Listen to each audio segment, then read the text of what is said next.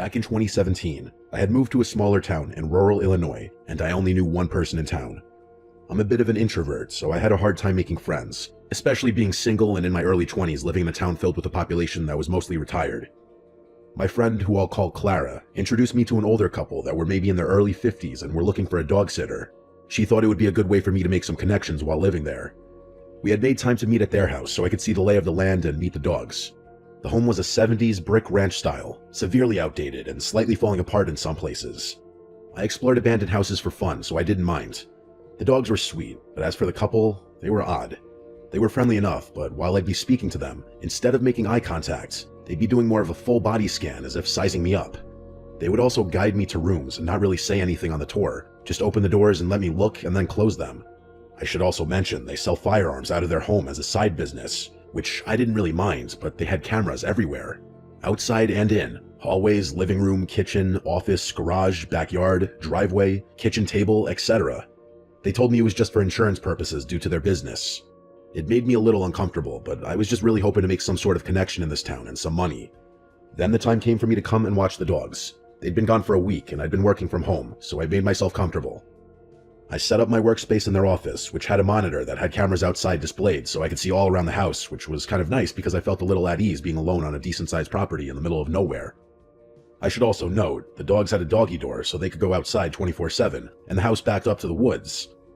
First night was fine. Second night, I noticed one of the cameras went offline that watched the driveway. I didn't think much of it, as Wi-Fi out in rural areas is finicky, but I still went and checked just in case maybe the camera fell or something. As I walked to the door, I heard the dogs get off the ground and scramble frantically to run out the doggy door and start barking like crazy. Mind you, it's about 10 at night, so I got freaked out and wanted to get the dogs to come back inside. So I made my way to the back door and noticed the dogs were both barking like crazy at the same spot at the part of the fence that backs up to the woods.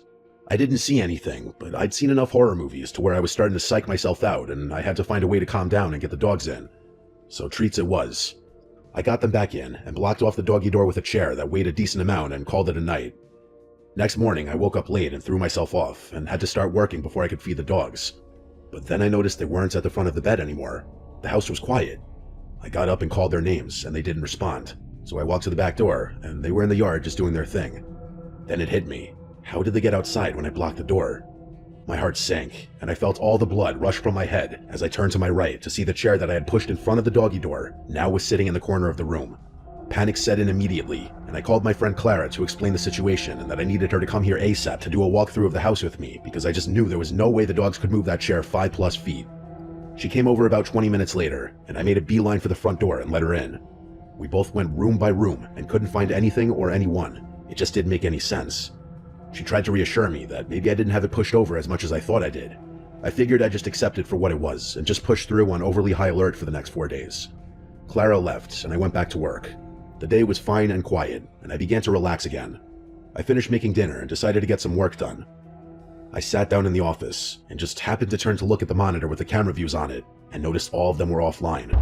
My stomach dropped. I knew one going out was possible, but all 4? That was just too coincidental.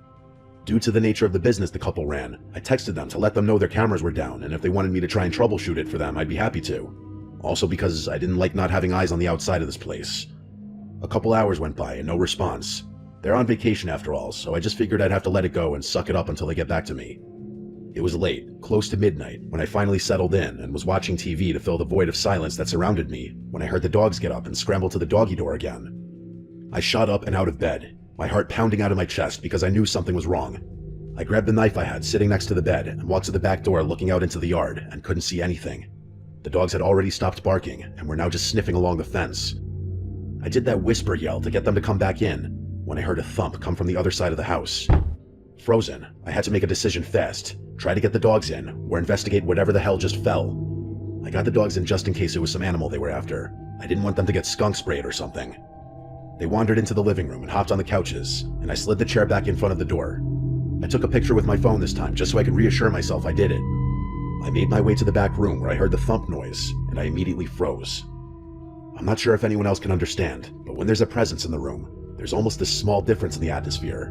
There's a white noise, not breathing or movement, just a break in the stagnance of the silence. Well, regardless if you don't, I felt it. I wasn't going to be that person that kept seeking out the exact area of where this was coming from. So I asked, "Who's there? What are you doing here?" Silence. I then called out the names of the couple that lived there to see if for some wild reason they were in their own home at midnight when they weren't supposed to be, but again met with silence. Clara has a kid and husband, so I didn't want to bother her, so I figured the next thing I would do was call the police. But then I felt that wash of embarrassment in case it was nothing. They'd think I'm an idiot. I stepped back into the hallway that led to the room and slowly closed the door as quiet as possible and locked the door.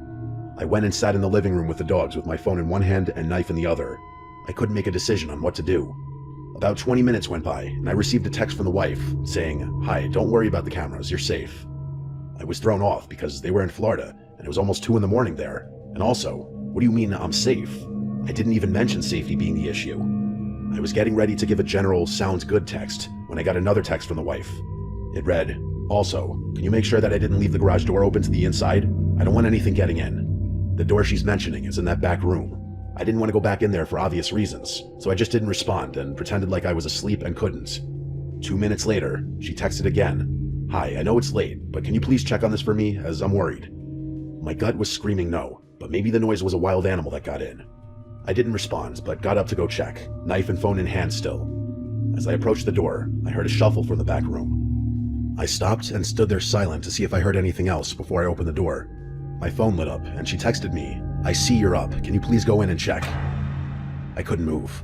I forgot they had cameras in the hallway and in the living room. Why were they pushing this at 1 in the morning? Now knowing I was being watched, reluctantly, I slowly unlocked the door and opened it with my arm stretched as far as I could to get an open view of the room from as far as possible. I didn't hear anything or see anything, so I took a couple steps into the room and saw the door to the garage was in fact open. It was so damn dark in there, I didn't want to get any closer, but I had to do it and just get this over with. I approached the door, and a light appeared from my phone as I had gotten a notification, and the faint light from my phone lit a portion of the garage doorway I was about 2 steps from, when I noticed the outline of an arm pressed against the wall right next to the door. Fight or flight kicked in immediately. I turned and ran back through the doorway and slammed the door to the back room shut and locked it. I grabbed my keys off the kitchen counter and ran out the front door. I fumbled with the keys as I was shaking and panting, and I got the door unlocked when I noticed the garage door was opening and halfway up. I started my car, and as the headlights lit up the now open garage, I saw in the back corner a grown man in a jacket squatting behind a box right next to the door I was going to close. I didn't waste time and floored it in reverse down the driveway and drove immediately to the police station. I was crying and explained what happened, and they said they'd send a unit to check out the house. I sat in my car at the police station texting the wife about what just happened, seeing as they had access to the cameras and could maybe see if someone was in there. No response.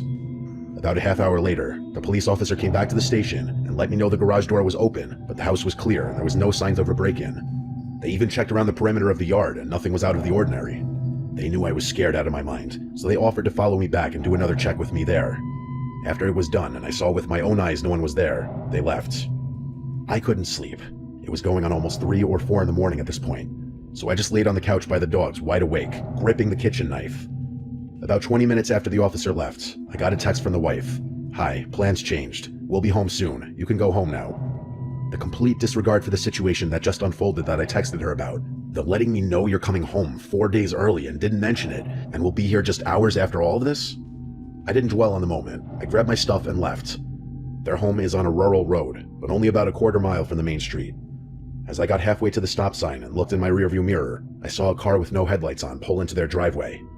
I texted the wife and said, "Someone just pulled into your driveway," as I was leaving. Almost instantly, I got a text back that read, "I know." Chills ran down my spine. They were setting me up. They'd been in the area that whole time. The dogs barking in the middle of the night were probably alerting me that they had been driving on the path behind the house. They shut the cameras off so I couldn't see their creeping movements on the property while I was right there inside, oblivious.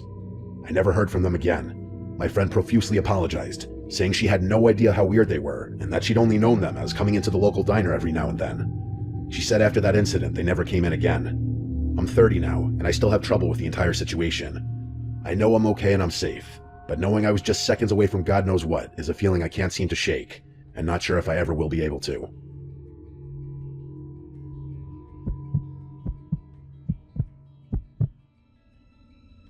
I work as a bartender at a bar and restaurant in a suburb just outside Baltimore. I'll do my best to explain the layout so the story makes sense. It's a busy place with a unique setup. There are no waiters, just bartenders like me and the cooks in the back. If you want to find food or non-alcoholic drinks, you have to order them at the bar, and when everything's ready, you grab it from the counter. I'm not sure why things are done that way, but I guess it had something to do with management being cheap and trying to avoid hiring waiters. Either way, it keeps things fast-paced, which I actually like. For whatever reason, the place is really popular, even though I personally don't think it's anything super special.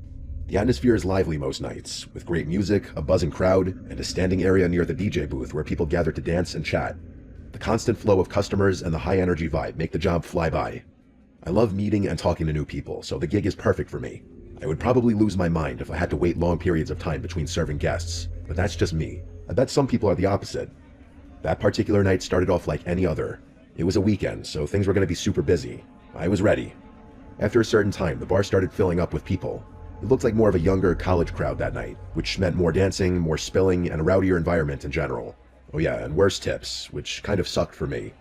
This one group of kids just kept on ordering round after round of tequila shots faster than I could line up the salt and limes. It's always chaos when they take over the bar. One of them was so plastered he used the same pickup line on me like 3 times. I was running around doing my thing when I noticed an elderly couple walk in and sit down at the booth in the corner of the restaurant.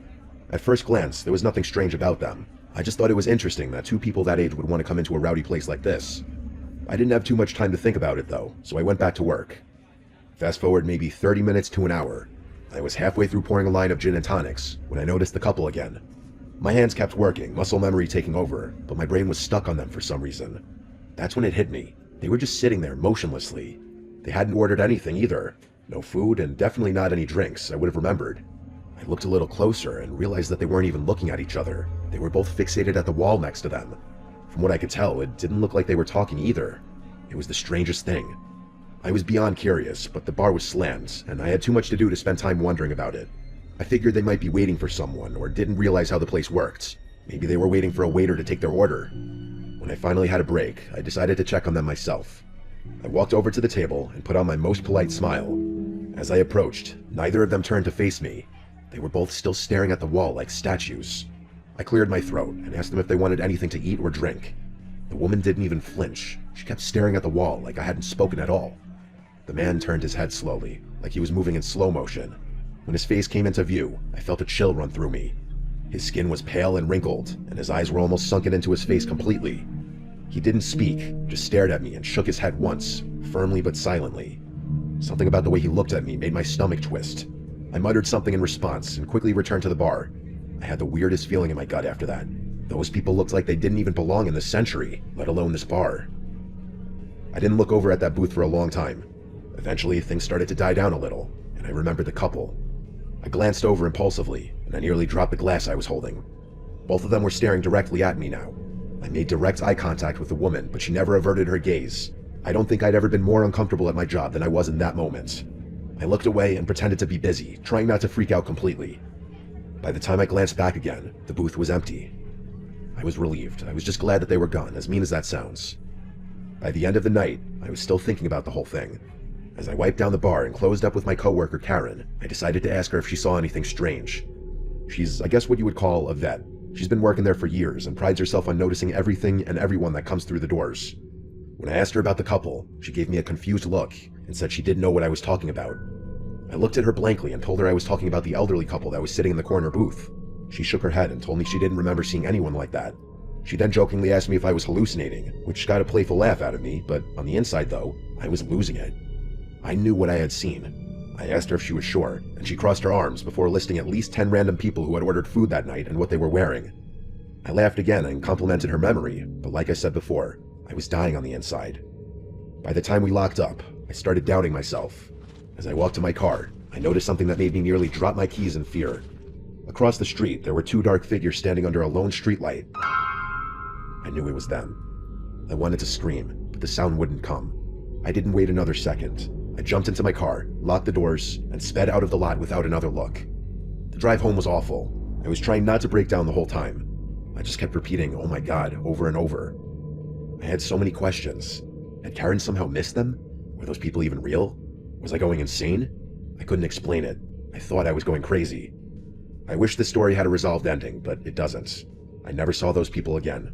I never got any kind of explanation. I don't think I ever will.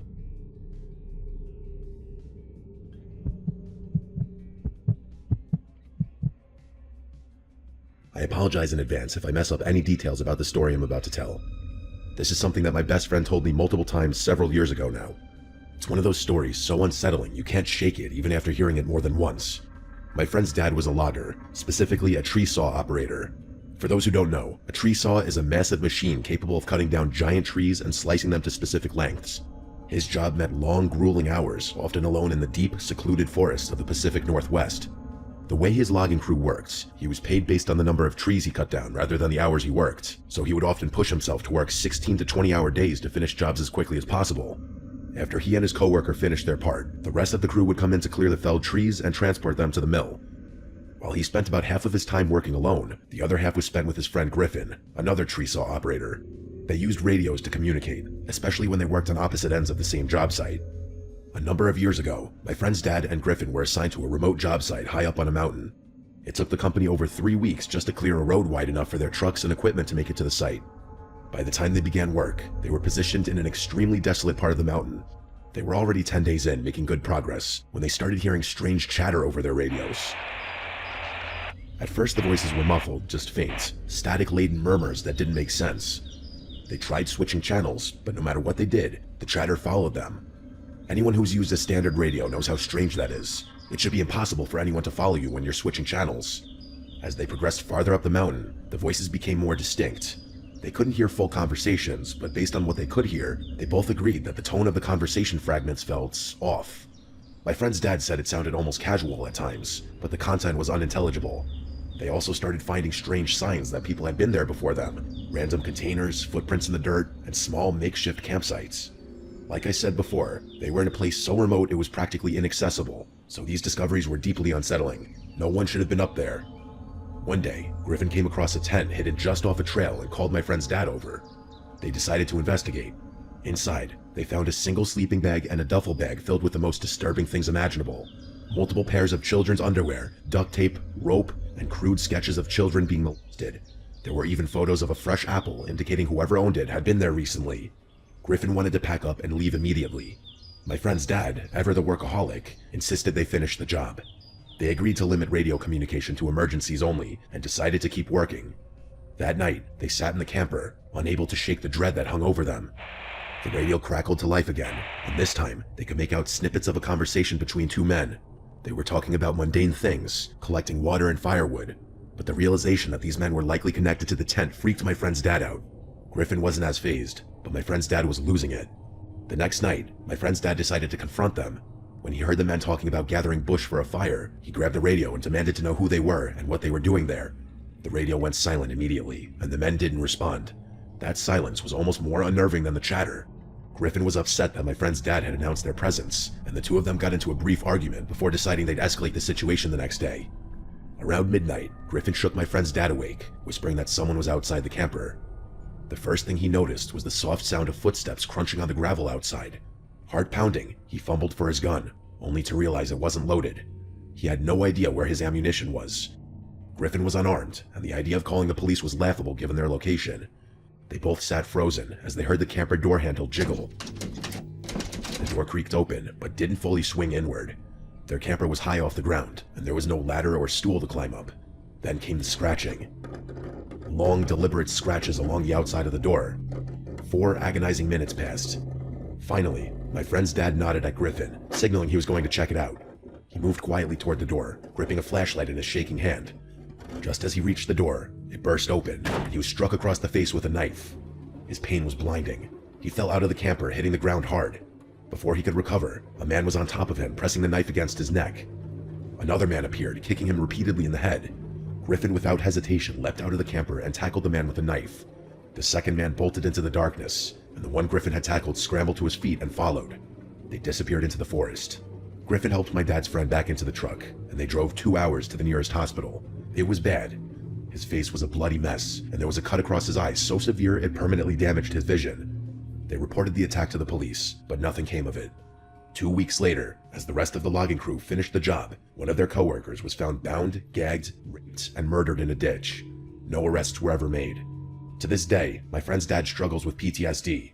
His right eye, with its disfigured pupil, constantly reminds him of that night. I'm sure he hasn't had a full night of restful sleep since. I've been terrified of deep woods for a long time now, mostly because of my friend's dad's experience. I haven't heard from my friend or his dad in years now, so I can only hope he's doing all right.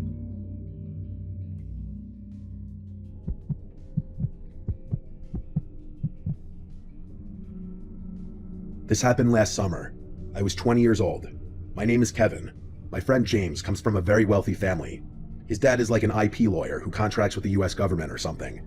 They've got a bunch of properties all over the country and a handful of international ones too. That's the kind of wealth I'm talking about. One of their houses is on a relatively large but overall pretty secluded lake. The lake itself isn't so big that you can't see the houses on the other side of it, but it would be a workout and a half swimming across the whole thing. James' parents were never around, so he pretty much had unlimited access to that house, and he often invited friends over, with permission of course. There's something about being out on the lake that makes you feel invincible. It's a different feeling than the beach for sure. I'm not really sure how to explain it, but there's more of an exclusive vibe to it. Hopefully I can be successful enough to afford one day. Like I said, the lake itself is pretty secluded. Big fancy houses line the perimeter, but most of them would usually sit dark and empty. A lot of them were vacation homes for people who barely even used them. It's honestly kind of a shame thinking about it. There are upsides to that though. James would throw the craziest parties there because there were usually no neighbors to call the police. This night was different though. It was just the two of us, having a more chill night. I won't get into it, but I had just broken up with my girlfriend of 3 years and I was in dire need of some bro time. We were having a few beers out on the dock when I noticed a light flicking across the lake. I can't remember exactly what time it was. At first, I thought it was just the sun perfectly reflecting off something into my eye, but even when I moved my head to the side, I could still see it. It was flashing like someone was turning a light on and off repeatedly. I told James, and the two of us became fixed on it, trying to figure out what it could be. At some point, we realized the flashing wasn't random. It was following a pattern. 3 short bursts, followed by 3 longer ones, followed by 3 short ones. I guess I'm dumb for not knowing this, but James snapped his fingers and said it was Morse code. I looked at him like he was crazy, and asked him when in the world he had learned Morse code. He told me he didn't actually know it, but he knew what 3 short, 3 long, 3 short meant. SOS. I called BS and pulled out my phone, but to my surprise, he was actually right. Like I said, maybe I'm dumb for not knowing that, but I'm not really one for obscure knowledge anyway. The flashing continued for another minute or so, following that same pattern, before stopping abruptly. The two of us had just been staring at it the whole time. I really didn't know what to think. It could have been a joke, but there was always that chance that someone was actually in trouble. James immediately suggested calling the cops, but I reminded him that we'd been drinking and we weren't legal yet. I was honestly fighting a DUI charge at the time, so the last thing I needed was another run-in with the police. He wasn't thrilled about that answer, and I could tell he was torn about the situation. The two of us couldn't really think of a rational explanation besides a kidnapping or something along those lines. We thought it might have been someone who had fallen and needed help, but that didn't make any sense because they probably would have just called the police. We've always been those adventurous, delinquent type guys, so we decided it was worth checking out ourselves. If it turned out to be serious, we'd call the police then. We went back inside. James' brother had a bunch of switchblades lying around his room. He was kind of a weird kid. So we grabbed a few of them just for peace of mind. James said he was good to drive, and that we should drive around the lake to that house, but I told him I really wasn't comfortable with that, for obvious reasons. He joked about my situation, and I laughed it off. If we weren't driving, there was only really one other option.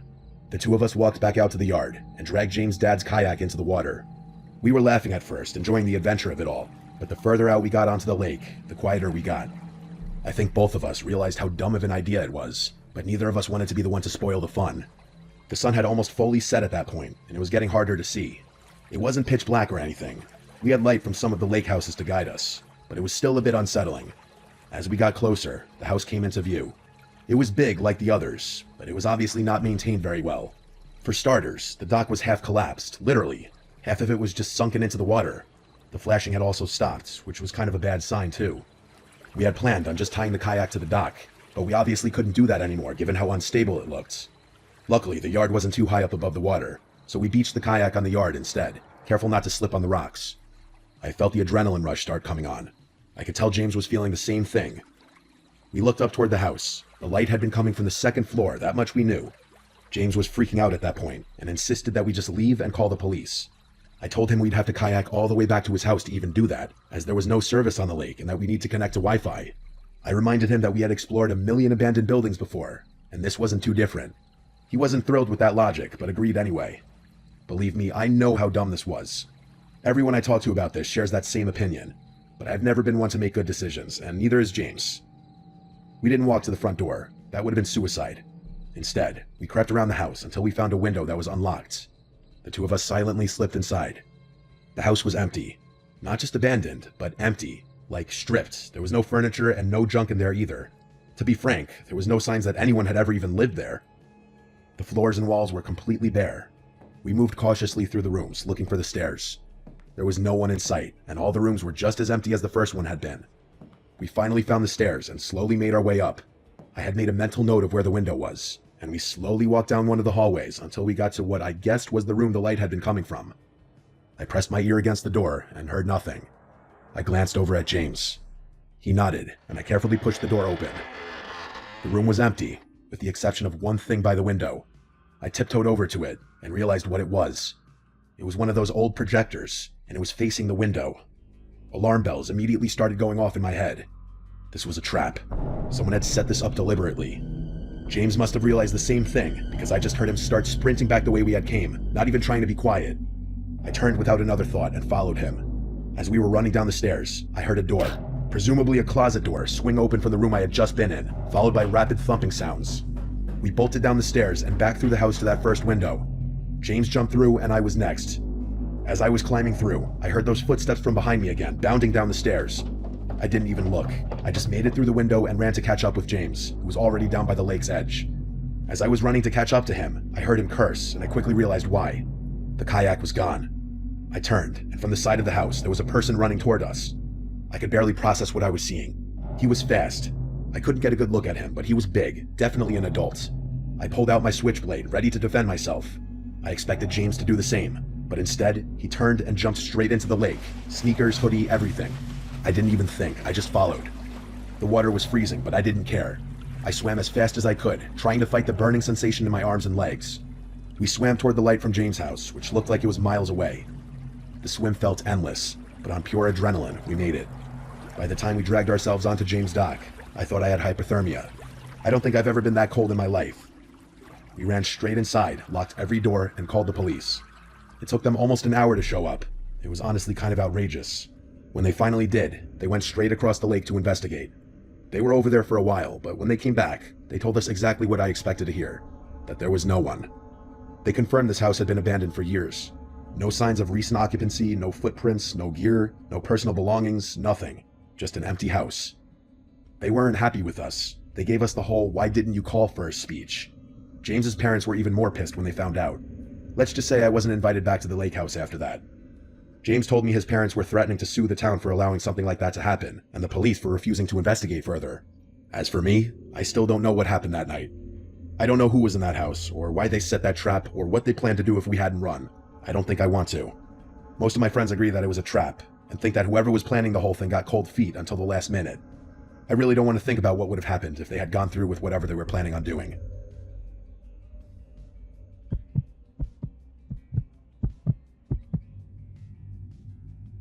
When I moved into my new place, I was just looking for a fresh start.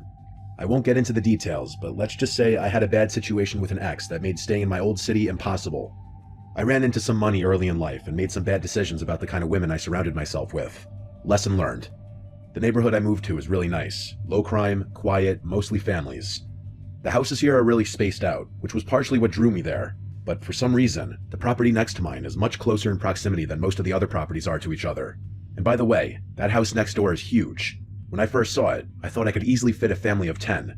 That's honestly what I assumed at first, that a big family lived there, grandparents and everything. But I could not have been more wrong. Even though I try to be low-key, I wasn't going to be a rude neighbor. I took it upon myself to introduce myself to everyone in the neighborhood. For whatever reason, I decided to introduce myself to my next-door neighbors last. I couldn't tell you why. Everyone else I met seemed really sweet and genuine. I'd say 90% of them were parents of young children. And yes, they were all slightly intimidating, purely based on how successful they seemed to be. I wasn't too sure how a younger guy like myself would easily blend into a community like that, but that was more of a personal concern. When I got around to meeting my next-door neighbor, my social battery was mostly drained from having spent the day making small talk with strangers. I knew if I just went back home, I was never going to be as motivated to meet them, so I just sucked it up and walked up their driveway. I had gotten accustomed to being greeted by someone middle-aged, so when a young-looking dude in a mullet opened the door, I was a little taken aback. Hell, he looked even younger than me, which was definitely a shock. I recovered quickly, and went ahead with my new-to-the-neighborhood spiel. As I went on, he flashed me this massive smile and actually cut me off before I could even finish talking. He said something along the lines of, "Oh wow, someone who was born in my decade, what a nice surprise." I laughed and told him the same thing, venting to him about how out of place I felt as a single guy in his late 20s among so many families with kids.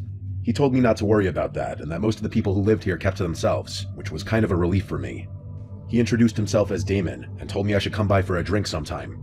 I shrugged my shoulders and said, hell, why not right now? To which I expected him to laugh and invite me in. Instead, though, he looked over his shoulder like he was scanning his living room, and then he turned back to me, saying he wished he could, but he was busy working. I asked him what he did for work, because it just seems like a normal follow-up question to what he said, and he dropped his smile a bit. After a weird stare, he laughed and just said, finance, but didn't elaborate any more than that, which I thought was a bit strange. I told him fair enough, and asked if he had any roommates. To my surprise, he told me he lived there alone, which was absolutely insane to me given how big the house was. We chit-chatted for a few more minutes, and he gave me his number before going back inside. I was excited that someone my age lived here, especially because he seemed like a really chill guy, but I couldn't get over how odd it was for someone like that to live all alone. And yeah, I know I was essentially doing the same thing, but you have to keep in mind my house wasn't even half the size of his. Anyway, I went back home and got on with my life. That was about 6 months ago. For a few weeks after that, nothing eventful really happened. I texted Damon a few days after he gave me his number to try and set something up, but he'd always complain about how busy he was and how sorry he was that we couldn't hang out. Eventually, I gave up with him. Not in a hostile way, just in a you do you kind of way. I'm definitely not the type of person to bend over backwards for someone who seems disinterested. I never saw anyone coming or going from Damon's place. No visitors, no parties, no girls, nothing. He never even got takeout delivered, which was strange to me because his car was always in the driveway. I genuinely didn't know what he ate because I literally never saw him leave the house. The guy lived like a ghost. I work from home, and the office in my house is on the 3rd floor, which overlooks Damon's property, if you're wondering how I knew so much about his living habits.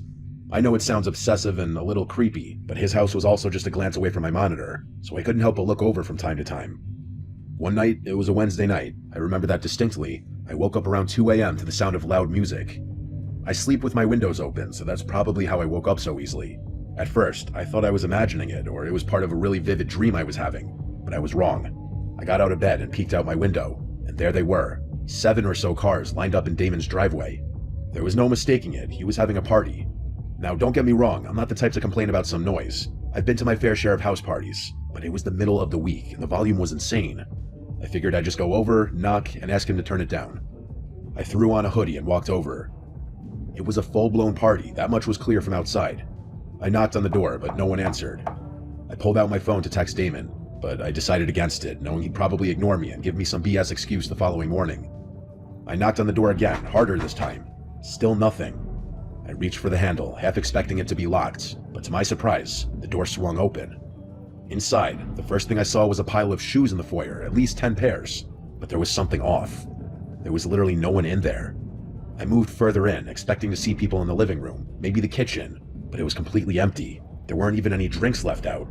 I could hear people over the music that was playing in the background though, which I didn't understand. But then I really listened to it, and everything hit me all at once. It wasn't even music really. It was a recording, a literal recording of people laughing, yelling, clinking glasses. The whole party was fake, all of it. But that didn't make sense to me. It still didn't explain the shoes or the cars. There were people in that house, that much was certain. I should have turned around right then, but I needed to know what was going on. I moved discreetly around the house until I saw a door that was slightly ajar. I gently pushed it open, and it led down to the basement. I'm not sure how I knew, but something told me what I was looking for was downstairs. It was dark down those stairs, with the exception of a very faint light coming from somewhere I couldn't see. There was no reason to go down there, I knew that, but I did it anyway. I got to the bottom of the stairs and looked around. The light was coming from another door somewhere deeper in the basement. I crept towards it, and as I got closer, I started to pick up on another noise I hadn't been able to hear earlier over the music. It sounded almost mechanical. It was this heavy, rhythmic grinding, like heavy machinery or a buzzsaw or something. I got a little closer, close enough to see through the crack. There were 3 people standing in there, looking across the room at something that was out of view. They were all older-looking guys, significantly older than Damon. They were wearing heavy-duty work clothes and had on these protective goggles and thick rubber gloves. I also realized they were wearing what looked like work boots, even though I had seen all those other shoes upstairs. Under different circumstances, I would have assumed that they were construction workers. I really wanted to see what they were looking at, but it was too far out of view. After a few seconds of me just standing there, I started to pick up on this awful bleach smell, or some kind of cleaning solution. That's what did it for me. I started to feel this awful pit in my stomach, like my life was in danger. I can't explain it. I turned to leave, trying to be as quiet as possible.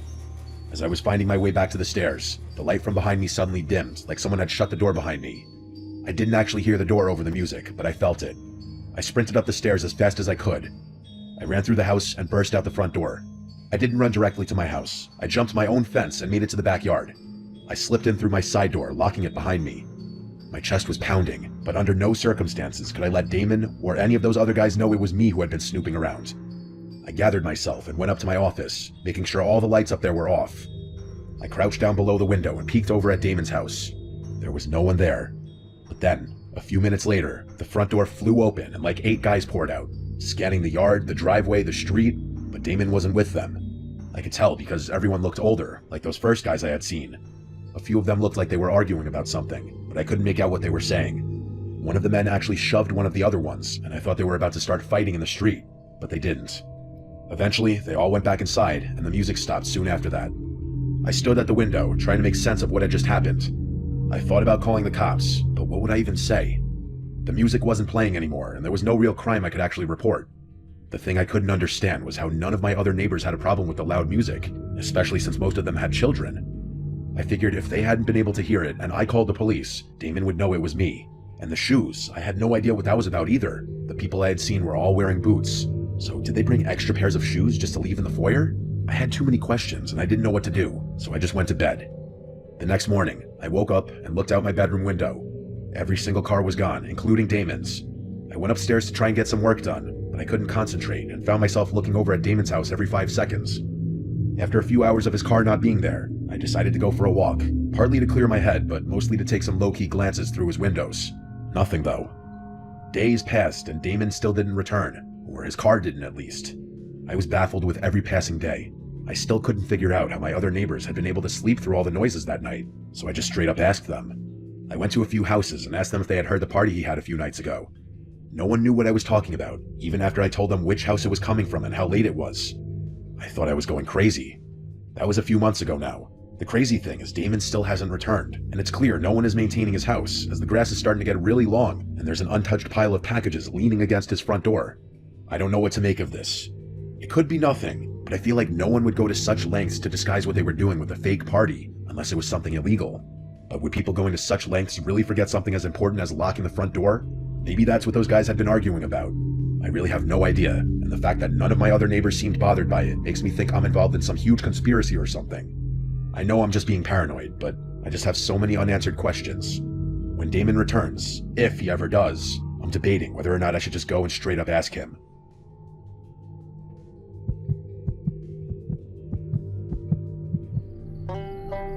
My name is Evan. I'm 28 years old.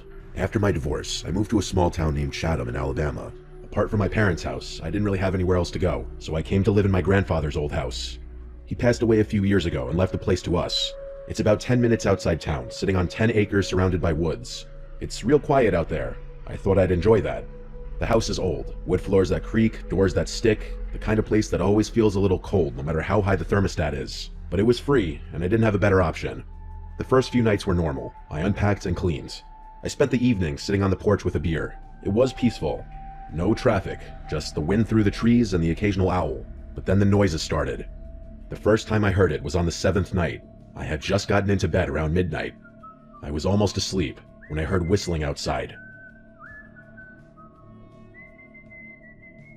It wasn't a song I recognized, just a slow, broken tune, off-key. It sounded like someone walking through the woods behind the house, whistling as they went. It creeped me out, but I figured it was some hunter or drunk neighbor. The next night, it happened again. Same time, same tune, but this time it sounded closer. I got out of bed and turned on the porch light, but I didn't see anyone. I went outside with a flashlight and checked around the yard. Nothing. No tracks, no sounds of someone running off, just the whistling, fading deeper into the woods. I tried to ignore it. For a couple of nights, I just stayed in bed and tried to sleep through it, but every time, the whistling would start around 1:17 a.m. I know that sounds like a random number, but I swear it was always around 1:15 or 1:19, somewhere there. It was like clockwork. I started thinking maybe someone was messing with me on purpose, someone who knew I was out there alone. I called the sheriff's office a few days later. An old deputy, who I'll call Deputy H, came out. He'd been in the job a long time. When I told him what was happening, he got real quiet.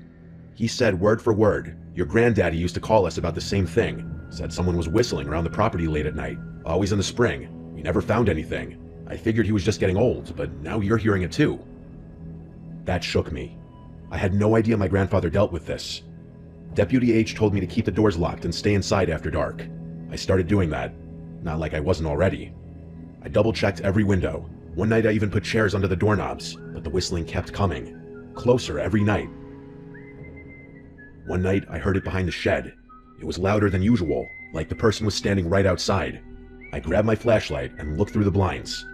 I didn't see anyone, but I didn't dare go outside. The next night, I heard it from the front porch, right by the door. 3 long whistles, then silence. The night after that, it came from under the floorboards. I swear to God, it was like someone was in the crawl space, whistling up through the vents. I didn't sleep at all that night. I started digging through the attic the next day, trying to find anything my grandfather left behind. I found a box of his journals. He wrote about the whistling. He said it happened every spring for over 10 years. He didn't know who it was, but he thought it was someone watching the house. He said he used to sit up with a rifle by the front door just in case. He said it only ever happened when he lived alone, after my grandmother died. I called Deputy H again. He came by and read the journal, and he looked nervous. He told me to be careful. He said, "Don't open the door if you don't know who it is." That night, I stayed up. I sat on the couch with a shotgun across my lap, a shotgun I barely knew how to load. I waited. At 1:17 a.m., the whistling started again, but this time, it didn't come from outside. It came from the hallway, inside the house. I froze. The hallway light was off. I could hear the whistling moving closer, step by step. I stood up, aimed the shotgun, and shouted, "Who's there?" The whistling stopped. I flipped the hallway light on. Nothing was there. No one. I didn't sleep again after that. It was 2 nights since then, and I hadn't heard it again. I was getting sick. I didn't know who this person was. I didn't know why they picked me or my grandfather, but it was real, and I knew it was. I don't believe in hallucinations to that degree, nor do I believe in anything paranormal. This was a real person. After that night, things went quiet for 2 days. No sounds, no movement, no sign of anything. I thought maybe it was finally over. On the 3rd night, I went to bed just after midnight. I didn't stay up this time. I left the hallway light on just in case. At exactly 1:17 a.m., I woke up to a new sound. Not whistling, knocking. Slow, paced-out knocks. 3 of them. They were coming from inside the house, from the back door. Then silence. I didn't move. I stayed in bed, listening. A minute later, I heard a new sound. A creak from the floorboard in the hallway. Then another. Someone was walking. The hallway light went out. I grabbed my shotgun, heart pounding, and stepped out of the bedroom. The hallway was dark, but at the end of it, I saw something. A person, wearing black clothes, pale face. They were standing perfectly still, just watching me. I raised the shotgun, but my hands were shaking. I tried to speak, but my mouth was dry. I raised the shotgun, but my hands were shaking. I screamed, "Don't move," with my shaky voice. I saw in the dark the person slowly start lifting their leg and turning as if they were about to run. I screamed, "Stop," and at that moment they darted out of the hallway, out of my line of sight. I heard their surprisingly heavy footsteps stomping out the front door into the dark. I ran outside and fired a shot, not into the air, but straight ahead into the darkness, low-key hoping I'd hit him in the dark. I screamed, "Don't come back." The shot hurt my ears, ricocheting off the walls of the house and the deck. I locked up the house, got to my truck, and drove into town. I slept in my truck that night. The next morning, Deputy H drove out there, and the front door to the house was unlocked again. That confirmed whoever that person was had a key to my grandfather's house. Nothing was broken or missing, but Deputy H recommended I change the locks, and he also off the record suggested I move out of that old place, because someone out in those woods hasn't taken kindly to either my grandfather or myself being in that house. I drove out to the local home improvement store and switched the locks that day, that same hour. After that, I left that house to go to my parents' house out of state for a while. I left it to my dad to eventually sell that house. Anything of sentimental value we took out, and the rest was just left in there or sold. My father, of course, left out the fact that there's some creep who's been stalking the house for apparently decades now. How they potentially got a key, who they were, why my grandfather never said anything, I don't know. It all disturbs me deeply. I personally think it was some disturbed creep living in a nearby house. I eventually moved to a more urban area. This experience left me honestly too unsettled to live in a remote location.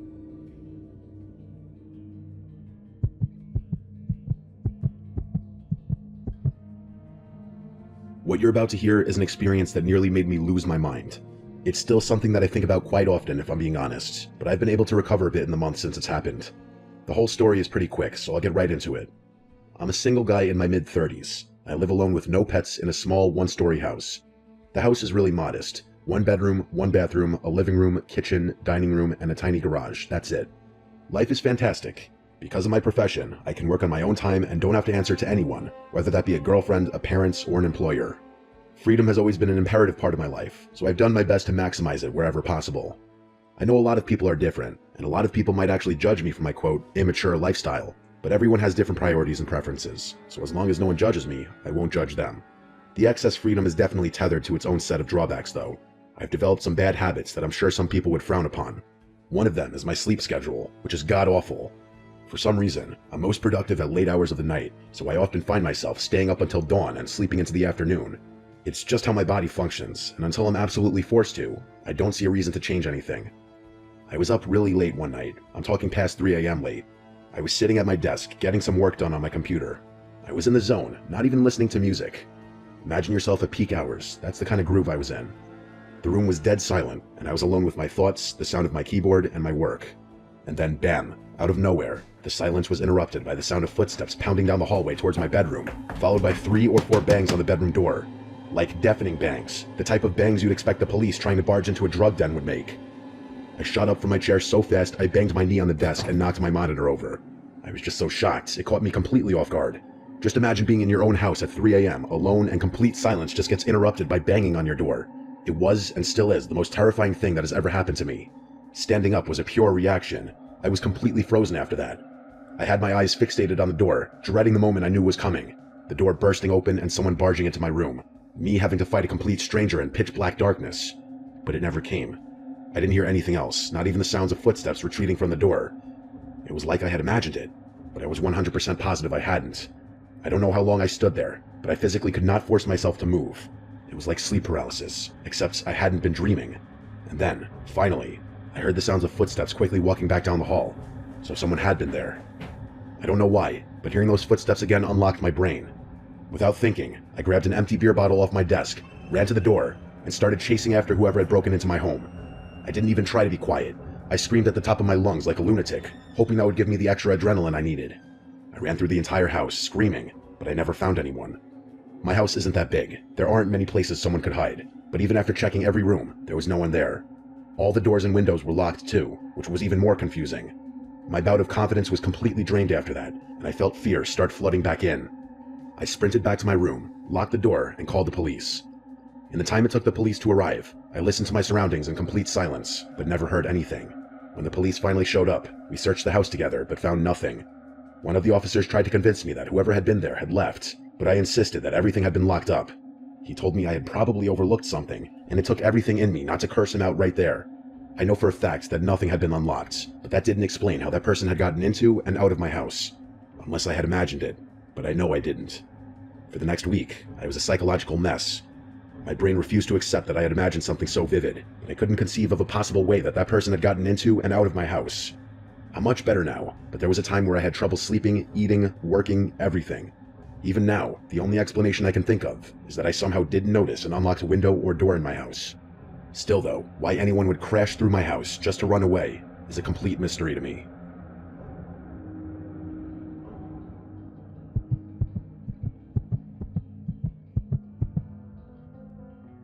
I work for a property preservation company. Basically, we handle foreclosed homes, securing them, cleaning them out, winterizing them, sometimes even boarding them up if there's been vandalism. It's not glamorous work, but it pays well, and for the most part, it's quiet. You spend a lot of time alone in houses that used to belong to people who are long gone. Sometimes it's sad, sometimes it's just boring, but every once in a while, you get a house that feels unsettling. This happened in 2020, when I was assigned to clear out a property in a rural part of upstate New York. It was one of those dying places, only one gas station, half the businesses shuttered, roads cracked and overgrown. The house itself was a small, one-story place off a dirt road, surrounded by overgrown brush and woods on 3 sides. No other homes nearby, just trees and silence. According to the file, the house had been foreclosed after the owner, an elderly woman, passed away, and no heirs had stepped forward to claim the estate. The utilities had been shut off for over a year. Our job was to catalog any remaining property, empty it out, and secure it for winter. I drove up on a Monday morning around 9 a.m. with a small box truck and all my gear. From the outside, the house looked intact. Windows closed, door locked, roof fine, just a lot of weeds and vines climbing up the porch. I had to shove the front door open because it had swollen in the frame, but once inside, everything looked pretty standard. It was dusty, stale air and faded furniture. Then my work phone rang. It startled me because I had no signal out there. I'd already checked and noticed I had no bars, but the phone buzzed anyway. There was no number on the caller ID. It just said unknown caller. I answered, and there was nothing. Just a low crackling sound, like static. I said hello twice, then hung up. Chalked it up to a glitch. I got to work. I always start with photos, documenting every room, every item. The living room was cluttered with old furniture, lace curtains, some framed paintings. It reminded me of my grandma's house. Heavy furniture, doilies, porcelain figures. The hallway had a smell. Not rot, more like mildew and dust, and something faintly metallic. There were 3 bedrooms. One had been stripped bare except for a sagging mattress on the floor. Another was clearly a sewing room, with thread spools everywhere and a dusty machine on the desk. I took a closer look, and there was a corkboard filled with old newspaper clippings, and they were mostly obituaries. Dozens of them, all clipped out with scissors and pinned carefully to the board. No names I recognized, all local. I moved on. In the master bedroom, there was a rotary phone on the nightstand. I remember stopping and staring at it for a second because I hadn't seen one in years. It was off-white, yellowed with age, with a long coiled cord. The kind of phone that would never ring again because the line had been cut long ago. I moved on to the bathroom. That's when my phone rang again. It said unknown caller again.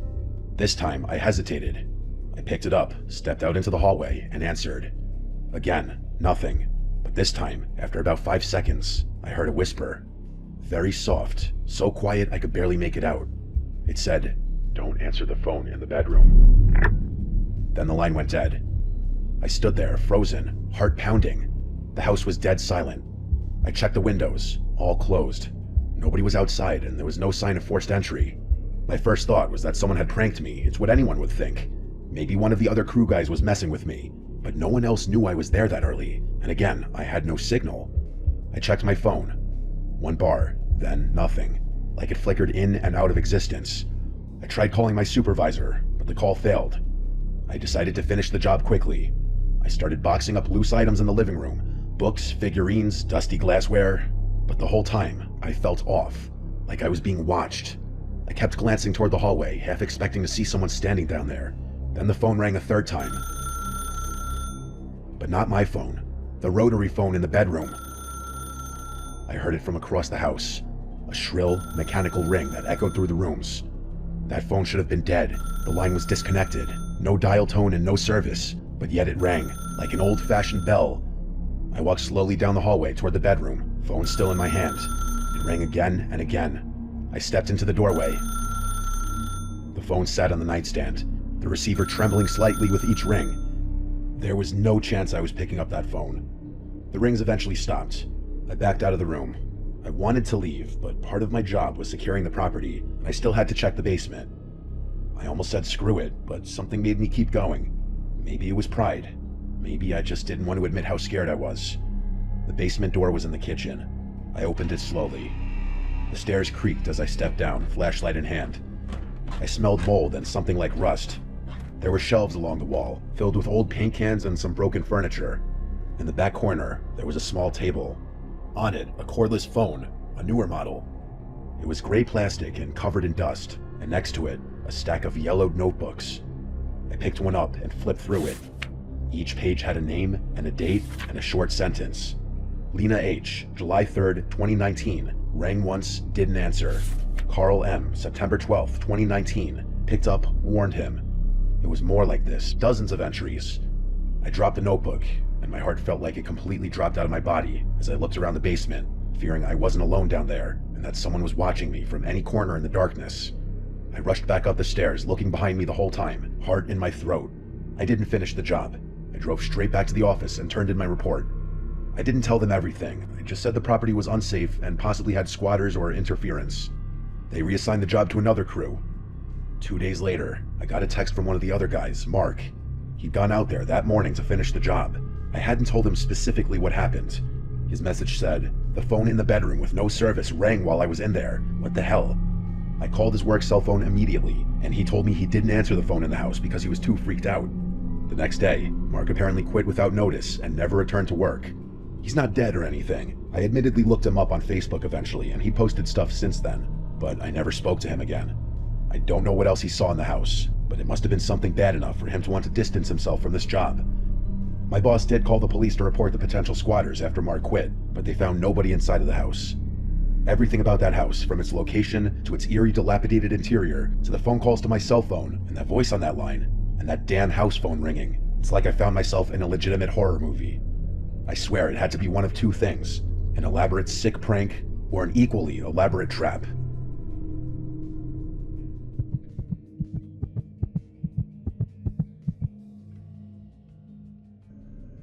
When I was 10 years old, my family moved into a bigger house because my mom had just gotten remarried and we needed more space.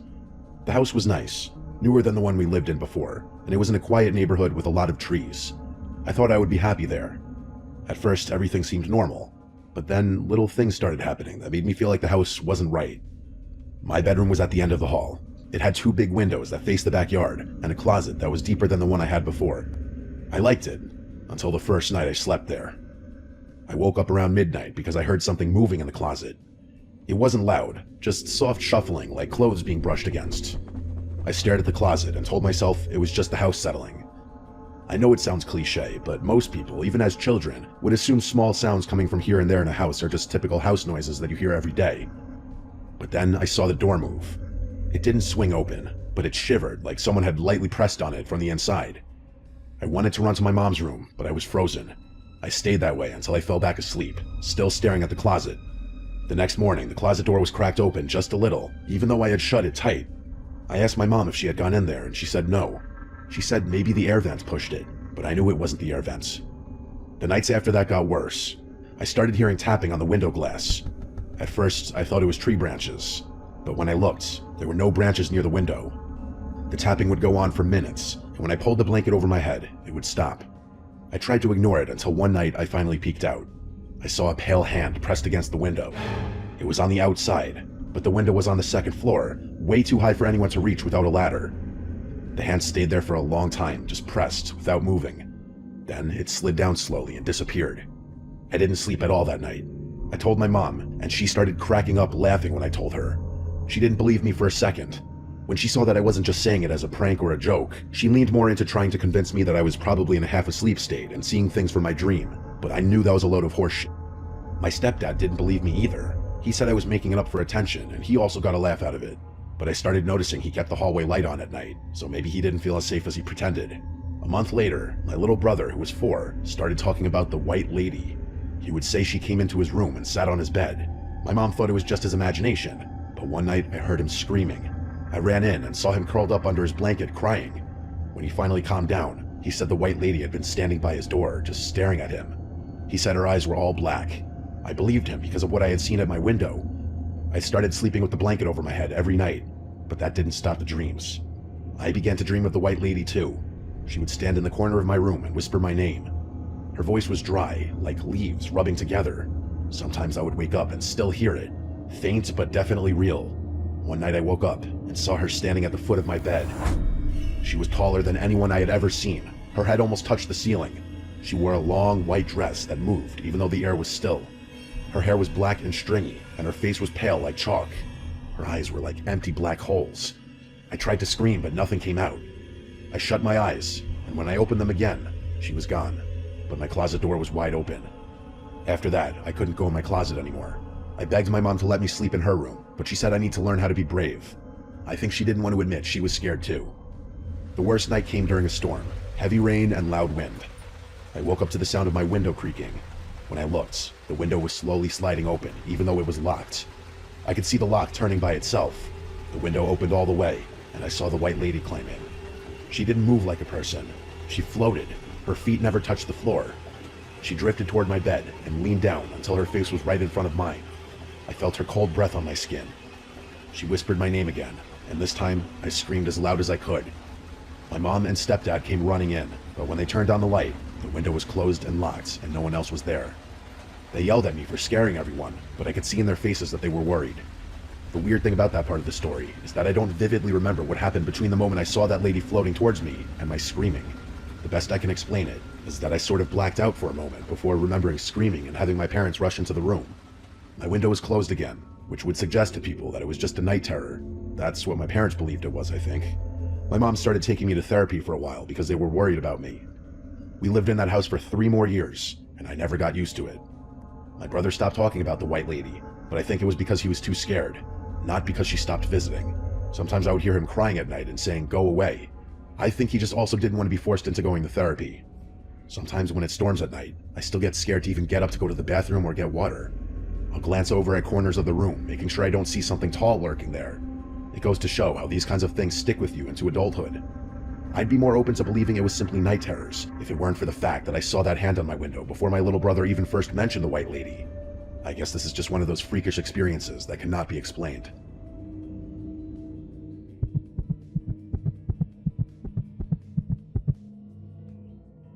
This happened in early December 2 years ago, when I drove up into the mountains to visit an old friend I had not seen in a long time. His fictional name for the story is Scott, and my real name is Jeremy. We had been friends since middle school, but after graduation, he moved out to a small mountain town with his family. Over the years, we slowly drifted apart. I stayed in New York City for work, and he stayed up in the mountains. We never fought or anything, we just stopped keeping up with each other's lives. So when he reached out to me out of nowhere and said I should come visit for a weekend, it made me feel kind of nostalgic and excited. He said it was the best time to come up because the snow added to the rustic rural vibe. I figured it would be fun to catch up. The drive up the mountain was extra long because I drove a bit slower due to icy conditions.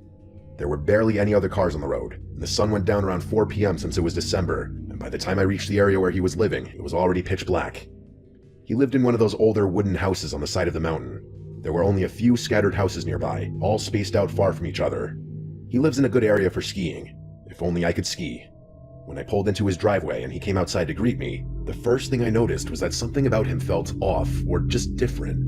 I hadn't seen him in years, so I figured maybe I just forgot what he looked like and acted like. But the way he talked was different, slower than he used to talk, and he kept pausing between sentences like he forgot what he was saying. He helped carry my bag inside, and the inside of the house was warm but pretty empty. Not much furniture except for a couch, a table, a couple chairs, and some antique-looking wall decor. He told me I could sleep on the couch for the weekend since it folded into a pull-out bed. I told him that was fine. The house had a long, dark hallway across from the couch that led to a bathroom and 2 empty guest rooms, which he explained were empty because this used to be his grandparents' house and they recently passed away. He told me he lived alone here now. The hallway had no light at the end, and the doors were all open, so from the couch, all I could see was this pitch-black rectangle stretching into the back of the house. For some reason, it made me uncomfortable, even though there was nothing obviously scary about it. That first night, we talked a little bit about old times, but it felt strange. His general demeanor and mannerisms were more socially awkward now, but I chalked it up to the fact that living alone in the mountains for years could make anyone a bit weird. He barely made eye contact, and I did feel like he kept looking in the direction of the hallway. When it was time to sleep, he went upstairs to his bedroom, and I got the couch set up. I left a light near the hallway on because the dark made me nervous. I felt stupid about it, but the hallway really bothered me. I fell asleep, but at around 2 in the morning, I woke up to a thumping sound from upstairs. I quickly realized they were fast footsteps running across the floor above me. It sounded like someone sprinting from one end of the room to the other, then stopping and then sprinting again.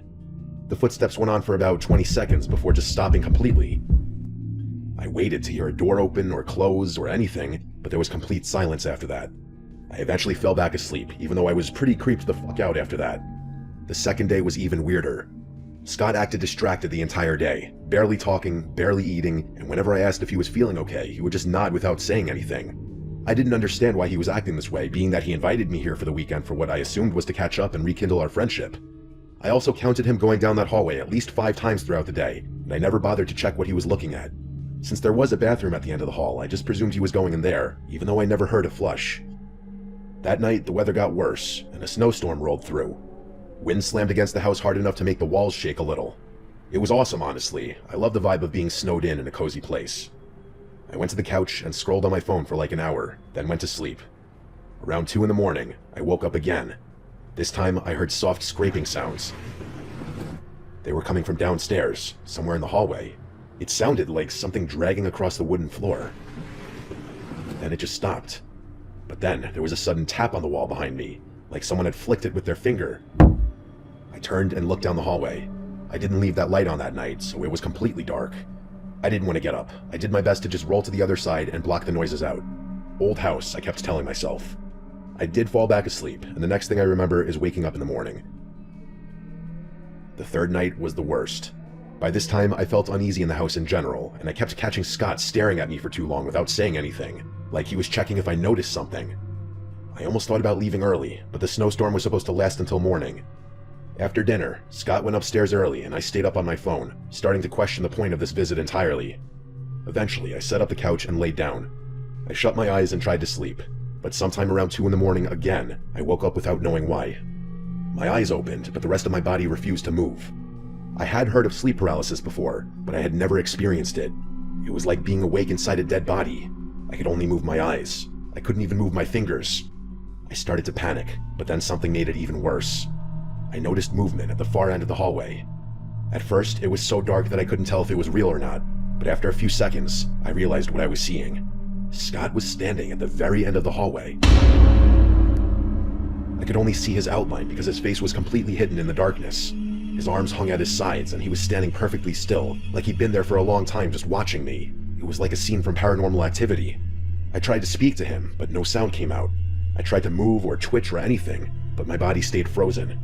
I didn't even feel like I was breathing, to be honest. I could only stare. He stood there for what felt like an entire minute, not moving at all. Then, without warning, he slowly turned to his right and walked into the guest room at the end of the hall. He disappeared into the darkness without a sound. My body slowly started to regain control. First my fingers, then my arms, then my ability to sit up. Once I fully snapped out of it, I sat up shaking and sweating. I kept telling myself it might have just been a dream or a hallucination, since sleep paralysis can cause that, but something in my gut said it wasn't. I whispered his name to see if he would answer. Nothing. Against everything in me, I got up and forced myself to walk down the hallway toward the room he had gone into. When I stepped inside, the room looked empty, but in the far corner by the window, someone was standing. I could see the shape of a person facing the window looking outside. I couldn't tell if it was Scott. Either way, the sight was horrifying. I slowly backed out and then ran upstairs to his bedroom. I found Scott asleep in his bed, completely knocked out. I shook him awake and he looked confused and irritated, like he had no idea why I was waking him up. When I tried to tell him what I saw, he refused to go downstairs. I begged him to believe me that someone else was in the house. He would not even look toward the stairs. He didn't say anything, but his expression changed in a way that scared me even more. He looked like he already knew what I had seen. I then asked him firmly, "Scott, who is that downstairs?" And he just looked at me and shrugged his shoulders. At that point, I decided I was done. I didn't care about the snow or the time. I ran downstairs and grabbed my bag to pack my stuff. I kept glancing toward the hallway, half expecting to see that person standing there again. Genuinely, I just wanted to teleport out of that house immediately. When I got outside, the cold air almost relieved me. I brushed snow off my car and got inside as fast as possible. As I backed out of the driveway, I made the mistake of looking up at the house one last time. In that window of the room at the end of the hallway, I saw a silhouette. Surely that same person I saw standing in that room just before. That was the last thing I ever saw of Scott's house. After that weekend, he stopped responding to texts. I threatened to call in a wellness check when I got worried that he got murdered or something, and finally he responded saying, "I'm fine." That's it though. He didn't respond to any further texts, so I stopped bothering. That was not the same Scott I knew from school. Whatever happened to him, and whoever that was in his house, it's not my problem. I'd be lying if I said it doesn't terrify the shit out of me though.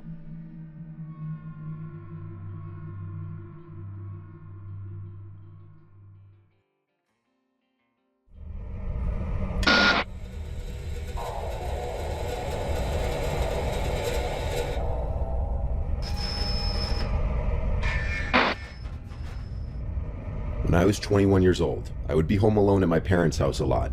We lived on a little pond which was directly in our backyard. On the other side of the pond was a little town park. Our neighbors were a bit spaced out. It was a pretty upscale, expensive block compared to the rest of the town, so the properties were big. I'm fully moved out now, but this was back when I was in college. My parents make a lot of money, and we have multiple homes, so often I was home alone. It was a random night in the summertime. I was off from school, so I can't remember if it was the weekend or a weekday, but odds are since I was home, it was a random weekday. I was in the back sunroom watching a show. That was my favorite room in the house in the summer because it was the most cozy and had the best breeze with all the windows open. I was right on the corner of the couch closest to the corner window when I heard splashing from outside, like in the pond. It could have been a goose or duck. Sometimes they'd fight in the water and make a bunch of splashing sounds, so at first I ignored it. But as it persisted, I decided to lower the volume on the TV and listen. I put my ear up to the window even, and I heard consistent splashing sounds, way too heavy to be from a duck or goose. It sounded like they were splashes from a person. I opened the door in the sunroom and stepped outside to the deck. I looked out to the pitch darkness of the backyard. I now heard a man's humming along with the splashes. Someone was definitely swimming in the water. They were trespassing. Each house on the pond owned a specific chunk of the pond. I stepped inside for a second to flick on the lights to the backyard deck. As I did this, just a bit of the pond was exposed, and the splashes and humming stopped. Whoever it was clearly saw me. I wondered if it was one of the neighbors going for a swim or something, which also just seemed weird because no one really swam in the pond ever. But honestly, whether it was or wasn't a neighbor, I wasn't going to confront whoever it was. I stepped back inside and turned off the lights, of course locking the door as well. I texted my brother, who was away at college, about it. He didn't answer right away. I was trying not to creep myself out over it, but watching TV after this was kind of hard. I couldn't focus on the show. I looked out the window, but all I could see outside was darkness. I still had the TV on in the background, not realizing how revealing the light from the TV would be outside. And then, I thought I heard something on the deck. I hurried to find the remote and turn off the TV, and as the room went black and silent, it took me a few seconds to adjust, and realize that there was the sound of someone's heavy breathing right outside one of the many windows in the room. I instantly laid down flat on the couch to try and hide myself, and after a short moment of silence, a deep voice from outside the window said, "I see you." My heart dropped into my stomach. I couldn't decide in the moment whether to speak or keep hiding, so I just blurted out, "Paul, is that you?" Paul was the name of one of our neighbors. I said this, clinging on to the hope that maybe it was him, and he was just messing with me. But the man outside didn't respond to this. I just heard footsteps walking away. As the barefoot-sounding footsteps faded to silence, I still laid flat on the couch, too afraid to move. I laid for a few minutes, before the thought to go check that all the doors were locked came to mind. I exploded off the couch and ran straight for the front door. It was locked, as was the side entrance door. After a little while longer and texting my entire family about what was going on, my dad told me to turn the backyard lights on and check if anyone was still out there. He basically told me to be the man of the house and protect it. So I listened and checked the back deck through the window. It was clear. I brought a big knife outside with me onto the deck, and I looked down. There were wet footprints that had half dried by then, but I could tell that they were barefoot footprints. I followed the trail of footprints around to the side part of the deck, and what I saw was nightmare fuel. The top part of someone's head, namely their eyes and forehead, was peering just over the edge of the deck from the ground below, looking at me as if he heard me coming and was waiting. As we made eye contact, he turned away, and by now I was ready to call 911. I did so before even telling my parents. I locked myself inside, waiting for them, and when they came, I felt instantly better. They asked if our family had any enemies or people who don't like us, or if we have any problem neighbors. Questions like this. They did do a quick sweep of the property and then left. I decided to shut every window that night and run the air conditioning just for added safety. When I awoke the next morning, I was just delighted to see sunlight. I don't believe that man ever returned to our house, and we still don't know who it could have been.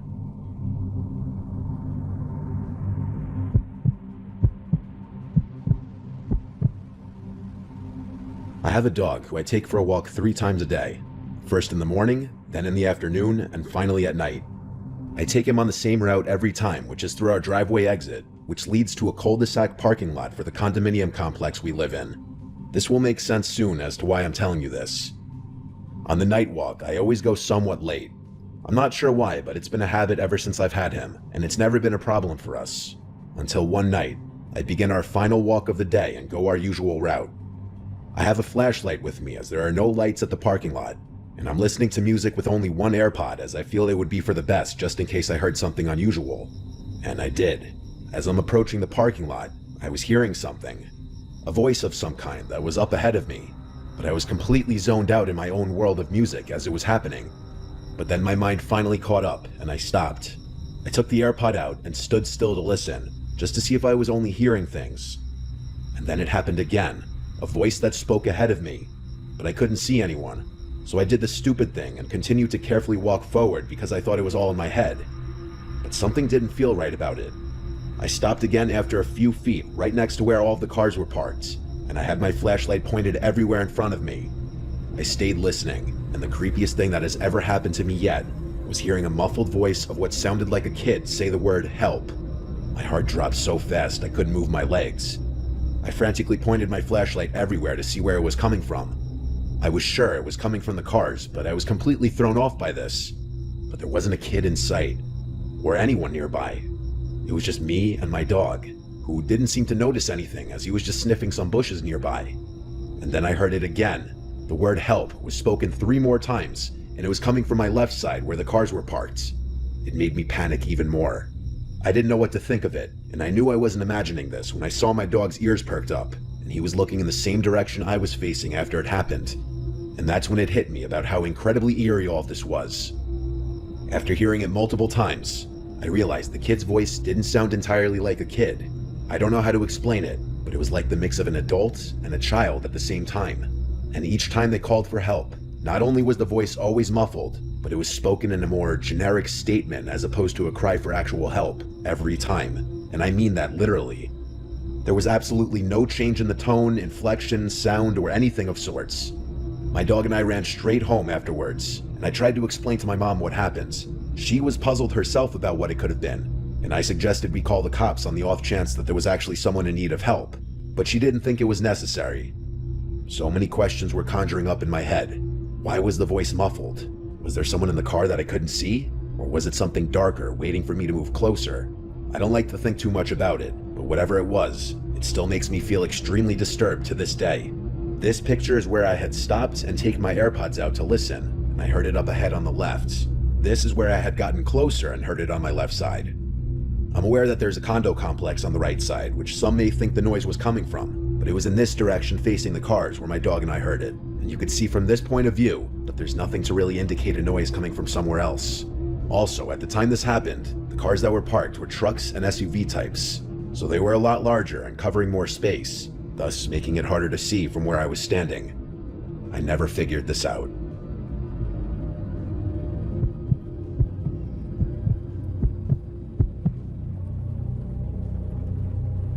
What I'm about to tell you is the reason why my parents moved out of a house that was in the family for 3 generations.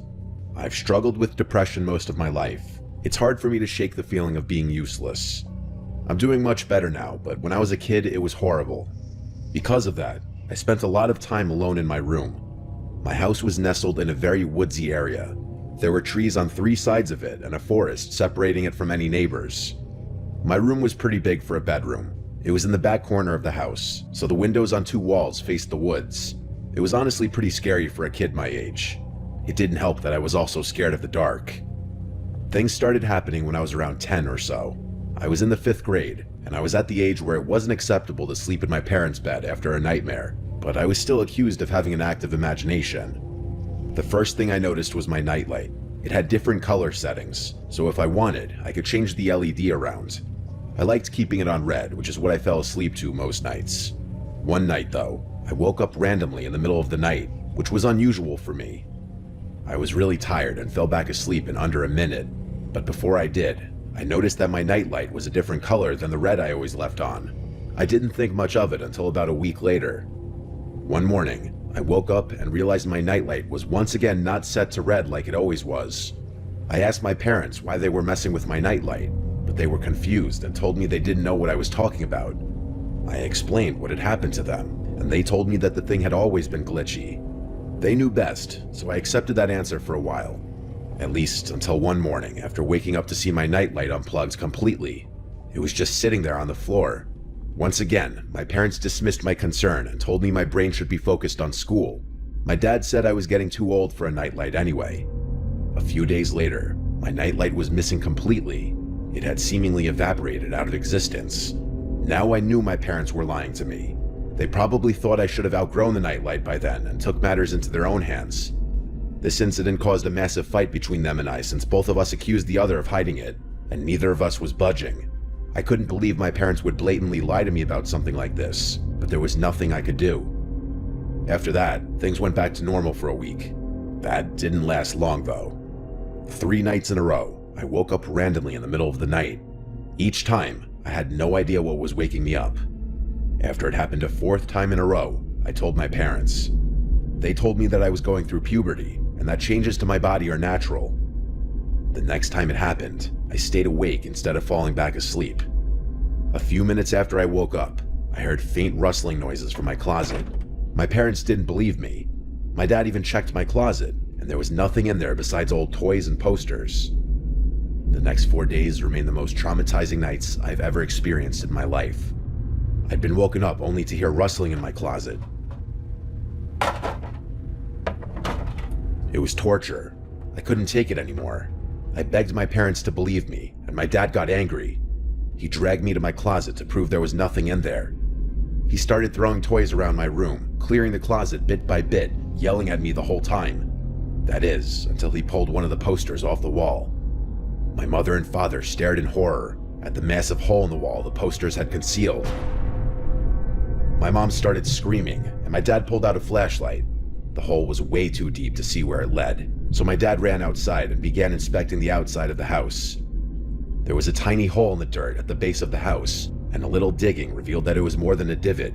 There was literally a passageway from the woods to my room. My mom and I were out of the house that night to my aunt's house.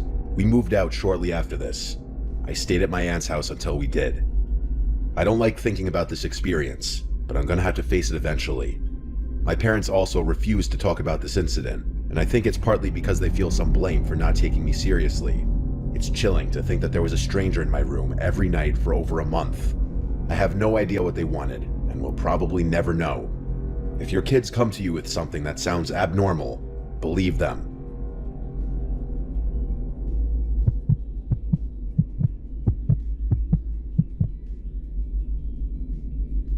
My name is Leo.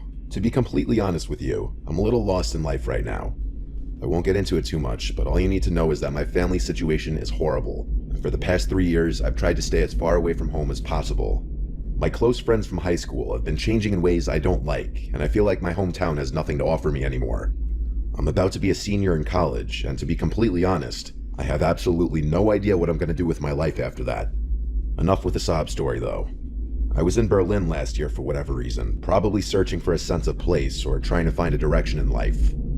I remember the name of the bar I was in, Reduja. I was there alone, nothing I'm not used to. I was getting ready to leave when I felt around my pocket and realized my apartment keys were missing. Just my luck.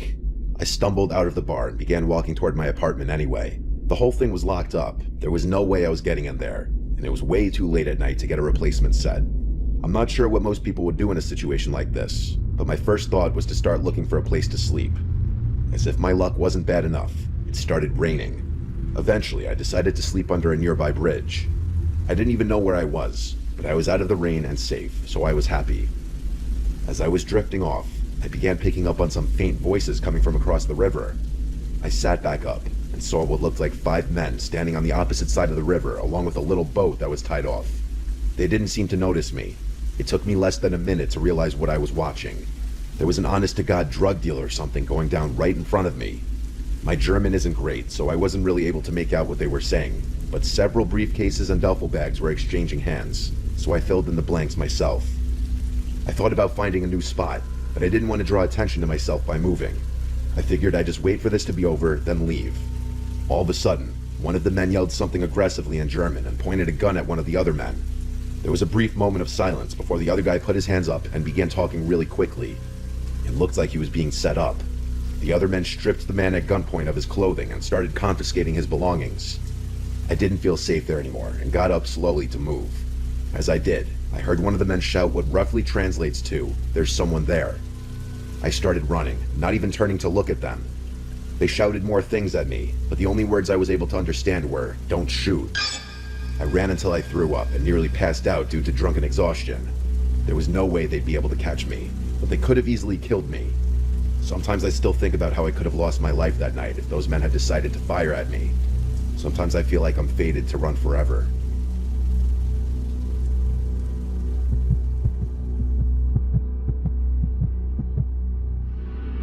It was a normal Friday afternoon at my high school. I was walking down a hallway with my friend Emma as she talked about God knows what.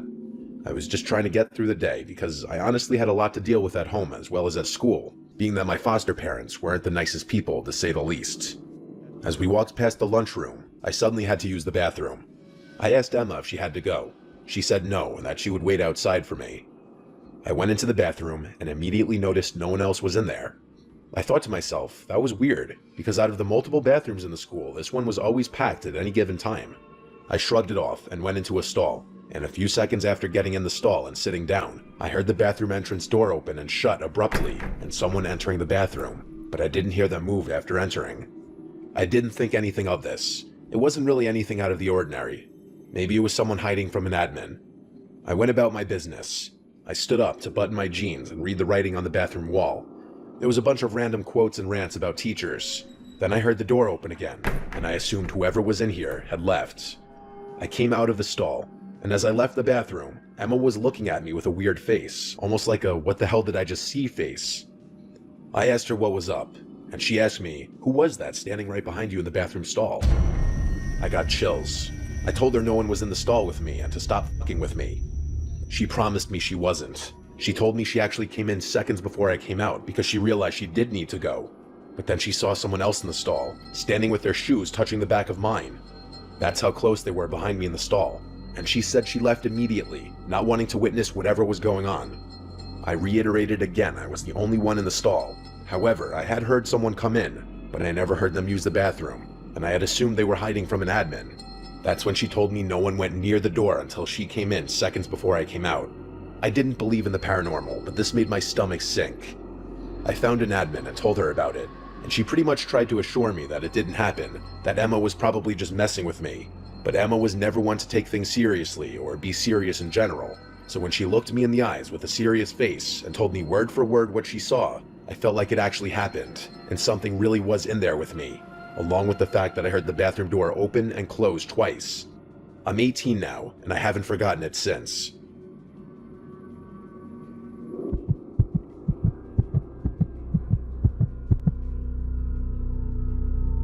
This happened long ago when I was renting a small house in the town that I got my first real big girl job at. It was a small one-floor house with 2 bedrooms, 1 bathroom, and just enough living space for myself and occasionally hosting some people. I had been living there for a few weeks already. All was fine. The landlord, who I'll just call Michelle, was really friendly and understanding. I think she rented to me because she didn't want a male renting out her house. I'll skip unnecessary details and get right to the point. Something very weird started happening a few weeks into living there. One regular work night, I got a knock at the door. I went to the other side and said, "Who is it?" and no one responded. I didn't open it. No one should be knocking on my door late at night. It was early the next morning. I had finished getting ready for work and was about to leave. I opened my front door and saw a big post-it note taped to the storm door. It said, "Hello, beautiful." I right away remembered the knocks on the door from last night. It was no doubt the same person, but the big question was, who could it be? I crumpled it out of disgust and threw it in the trash, hoping and assuming it would be a one-and-done thing. It was that night that I got another knock at the door. This time a little earlier, while I was cooking dinner. I went over to the door, this time not saying anything, just listening. There was no peephole or glass to look through to the other side. I had no way of seeing who was there without opening the door, and that wasn't going to happen, as the storm door didn't lock. But this was the second night in a row, and now I was realizing this was some kind of stalker situation. I called my mom and dad to ask for advice, and really, they didn't even know what to say.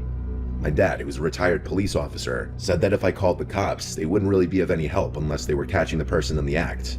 My dad advised me to not go outside late at night for a while, don't answer the door, and if it persists, that he'd come to town and spend a few days with me. So that was the advice I followed. The next morning, the first thing I did was check the storm door for another note, and part of me died inside when I saw another note stuck to the glass. This one said, "I like to watch you." I took a picture of it with my phone and sent it to not only my family, but Michelle as well. I asked Michelle if she had any kinds of issues with certain men or any stalkers. She acted appalled and shocked when I sent her a picture of the note and told her about the knocks. She assured me that she didn't have any stalkers and that she was in a long-term relationship. Still, I wasn't entirely convinced. I left a note on the door after work that day, saying if you're looking for Michelle, she does not live here. She only rents this house out. If you continue to come here, I will be reporting this to the police. Doing this gave me a level of comfort, actually. I thought this would end things. That night, every waking minute was spent with anxiety, worrying about hearing knocks at the door again. To my relief, there were none tonight. I went to sleep in relative peace, thinking my note worked. The next morning, I opened the door and removed my note from the glass, but then realized it wasn't my note. It was a new note, and it said, "I'm not looking for Michelle, I'm looking for you." And then it said my name, followed with, "I like watching you," like it said in the previous note. I sent it to my dad right away.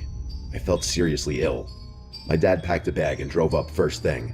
He was at my house by the time I got home from work. And work that day was rough because I couldn't think of anything except for this horrific situation.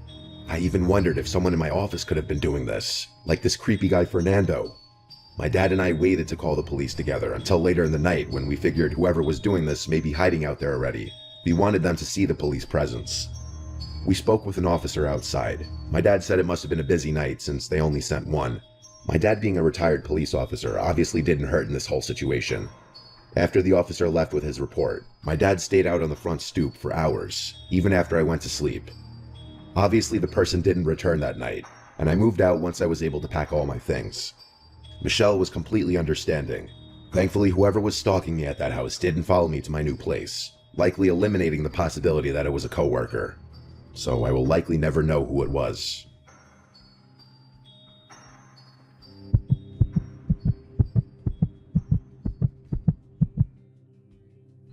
I'll be honest with you, I've probably spent more time chasing women than I'd like to admit. I've had to tone it down a lot since college, partly because of what I'm about to tell you. I went to school in California, and while I haven't been back in a while, when I was there, the culture was very open. And when I say open, I mean sexual. This honestly could have been true for other colleges in other states at the time, but I really wouldn't know. It was my sophomore year, and I had just finished pledging the fraternity Pike. About halfway through the semester though, I was getting sick of only talking to sorority girls that seemed to know half the guys in every frat. It was honestly a little gross, and I started developing a fear that every girl I was interested in had been with several people I personally knew. I tried my luck and created a Tinder profile. It wasn't long before I matched with someone whose interests seemed to match mine. We started talking, and things were going well.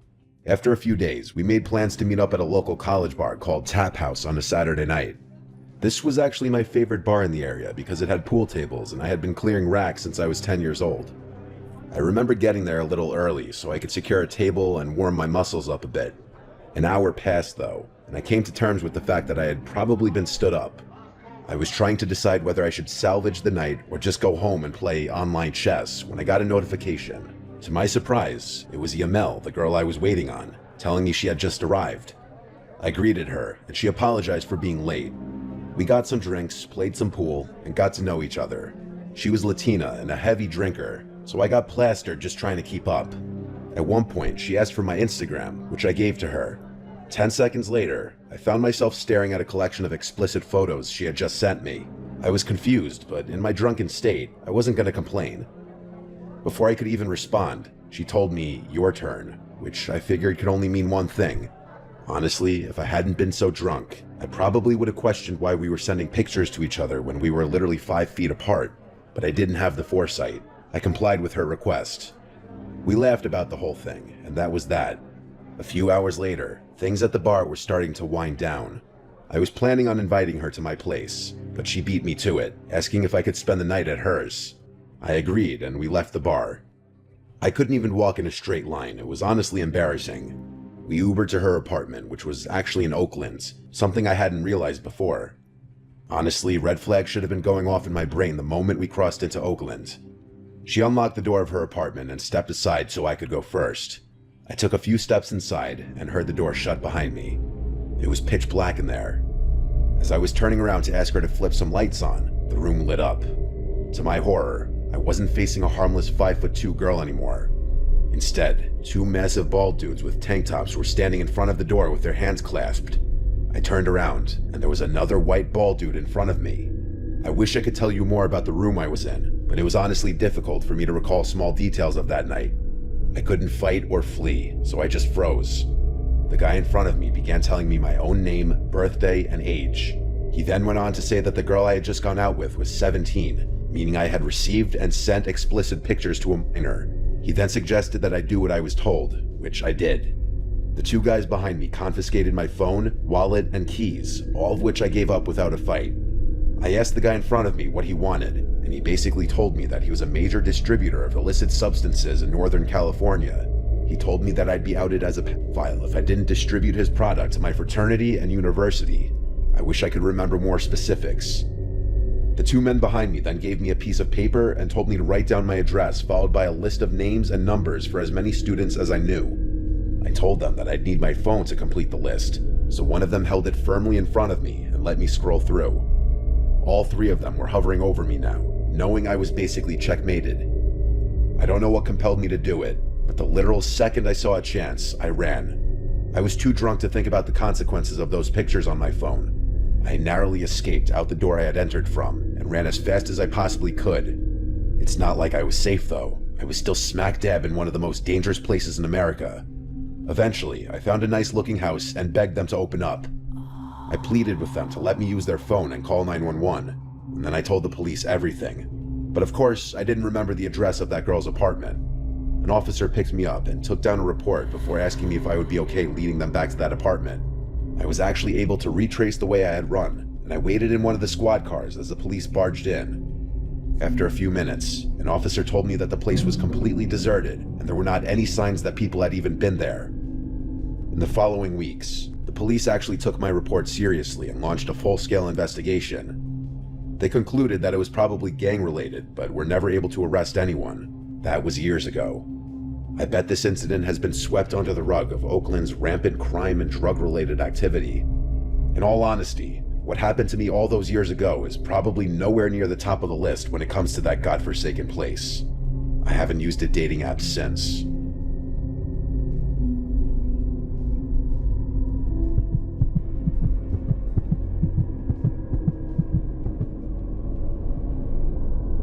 I've been smoking cigarettes every day for years. Before you judge me, let me just say that I recently started seeing a therapist for my nicotine addiction. Unfortunately, it hasn't helped much. The only thing worse than my nicotine addiction is my sleep schedule. I don't know what it is. I find myself staying up hours past midnight and rarely get out of bed before noon. While I'm trying to fix these parts of my life, they're extremely relevant to what I'm about to tell you. It began a few months ago. I was standing on my balcony, like I do most nights, smoking a cigarette. I live in a really secluded neighborhood. It's not like the houses around here are right next to each other. Despite this, I have a neighbor whose fence I can see over if I'm standing on my balcony. I'm not nosy or anything, but this particular night, I was looking into his yard. I had never met the guy, but I assumed he lived alone since there was only ever a navy blue BMW parked in his driveway. But not this night though. There was a black van I'd never seen before sitting in front of his house. I didn't make anything of it, just noting the coincidence to myself. The next night though, I made it a point to pay attention to his yard, and the same black van was parked there again. I didn't assume something sinister was going on. I was more intrigued than anything. The following morning, I went up to my balcony and looked into his yard. The van was gone.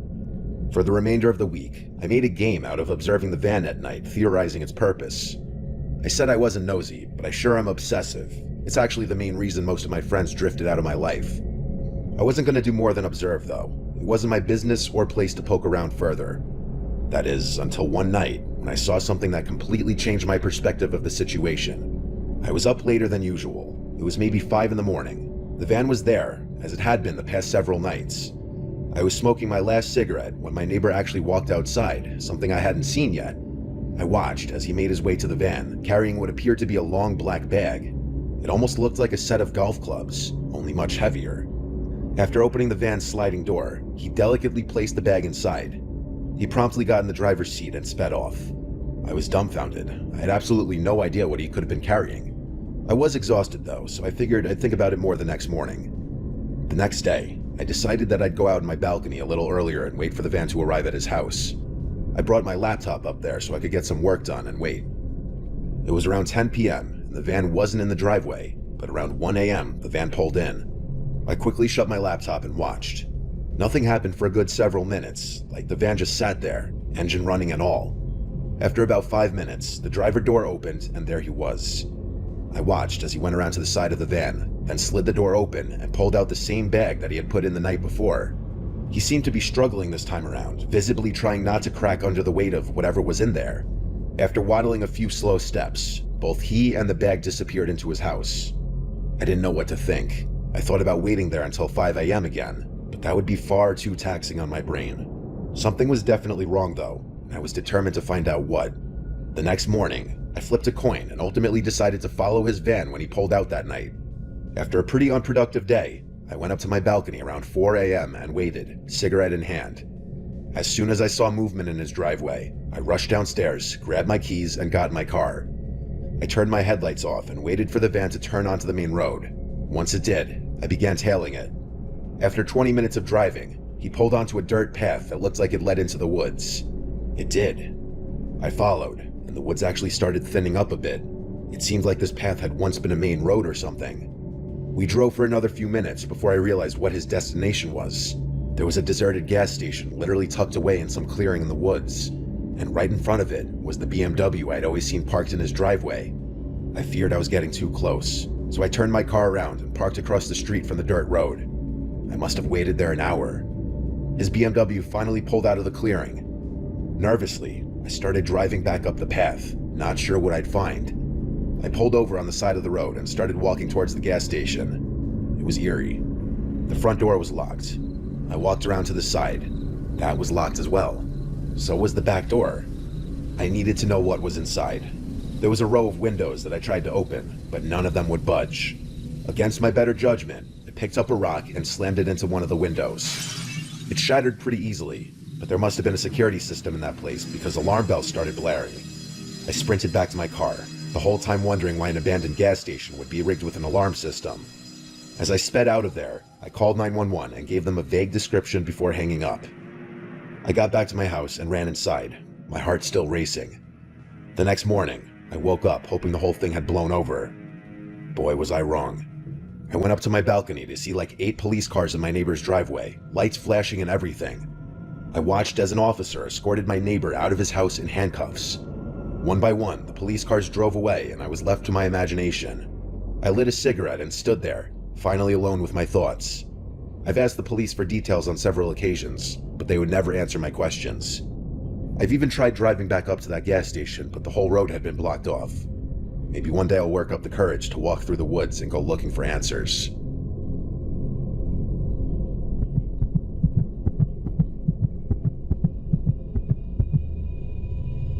I'm not somebody who grew up with any kind of sleep disorders, such as sleep paralysis or night terrors. I've always been a very heavy sleeper, so that's why when what I'm about to tell you started happening, it was a shock to me. We all have the occasional nightmare. I used to call nightmares a free, 3D immersive horror movie. To most, that will probably sound freakish, but in a weird way, I sometimes like the thrill of waking up after a nightmare. I was living with my one roommate, Patricia. I just called her Trish. We had very different schedules with work, so we didn't see each other much besides on the weekends. This happened in July. I remember because it was so hot out that I had the window AC unit on full blast every night, which also provided a white noise that helped me sleep better. It was the first night that I had the nightmare, a few days after my ex and I had broken up, and life wasn't exactly the best.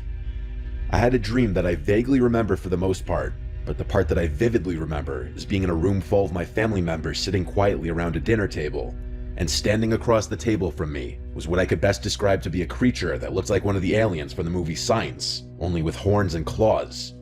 It looked like what you'd imagine a sleep paralysis demon to look like, only I was still fully asleep and dreaming. The next thing I knew, the thing was standing next to me, looking down at me. I started to run away in my dream until I was in my room, or I guess my brain's version of my room. That was the last of that dream I remember before waking up. My room was pitch black and the AC fan was on full blast. My heart was racing a bit from the dream, and I sat there thinking, wow, that was a creepy dream. I looked around the room naturally before laying back down and going to sleep. The following night, I woke up in the middle of the night to my bedroom door open, which I usually 99% of the time would leave shut unless I was drinking. My immediate thought was that it was Trish checking if I was home. I went up to go shut it and went back to sleep fairly quickly. I asked Trish if she came in my room the next day via text, and she told me she did not. So it was always possible I just took a midnight trip to the bathroom or kitchen that I didn't remember. It was the following night that I had another nightmare. That same demon creature from my previous dream appeared again in this one. This one was a lot more disturbing. Instead of being with my family, I was in a dark, square, empty room with the thing, and it kept getting closer to me. Oddly, I don't remember the thing actually moving its limbs to walk. I just remember that it kept getting closer and closer until it was on top of me. And then, like I couldn't even move, the thing took a claw to my thigh and scratched me, and I actually think I felt the pain in my dream. Then, the next thing I remember is waking up. I don't mean I woke up right after that. I mean I don't remember what happened after that in the dream. But it was dark in the room once again, AC on full blast. I felt a slight stinging feeling on my upper thigh. I felt it with my hand, and I actually felt like I felt something on the skin. I rushed to the bathroom and looked in the mirror, and I screamed out loud when I saw a gash in my thigh. I went to Trisha's room and turned on the light, waking her up. She asked how the fuck I got that, and I screamed I don't know. We went to my room together and flipped off all the sheets and covers off the bed, looking for any kinds of bugs or spiders or any sharp object I could have laid down on, which yes, I understand makes no sense, but what else were we to think? Trish then looked at me and said wait, and put her finger to her lip. She turned off my AC unit, and for the first time in days, the room went quiet. It all became sickeningly clear in an instant, as we both heard a sound from under my bed. The kind of faint sound that you sense from another person just existing in the room. I'm impressed at both of our ability to not scream right on the spot as we both looked at the bed and then at each other, and then left the room and then the apartment. We knocked on the neighboring apartment door until he answered. We asked him for help, someone was in our apartment. He was an older guy, so I don't think we expected him to go fight some stranger in our apartment. He let us use his phone to call 911. At some point while waiting for the police, we heard a door outside slam shut. It sounded like our door. None of us could look out the window in time to see who it was. When the police got there, we confirmed the intruder was gone. We did leave all the lights on in the apartment when we ran away though, and left in a rather sudden fashion, so the intruder definitely knew that we knew.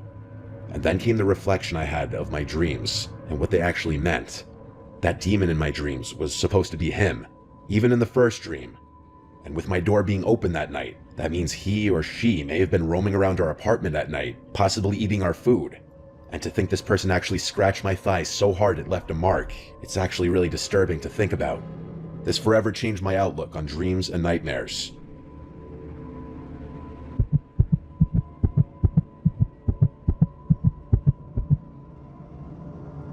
This happened when I was a little kid living in our old house in Suffolk County, Long Island. I'm gonna say I was about 6 or 7 years old.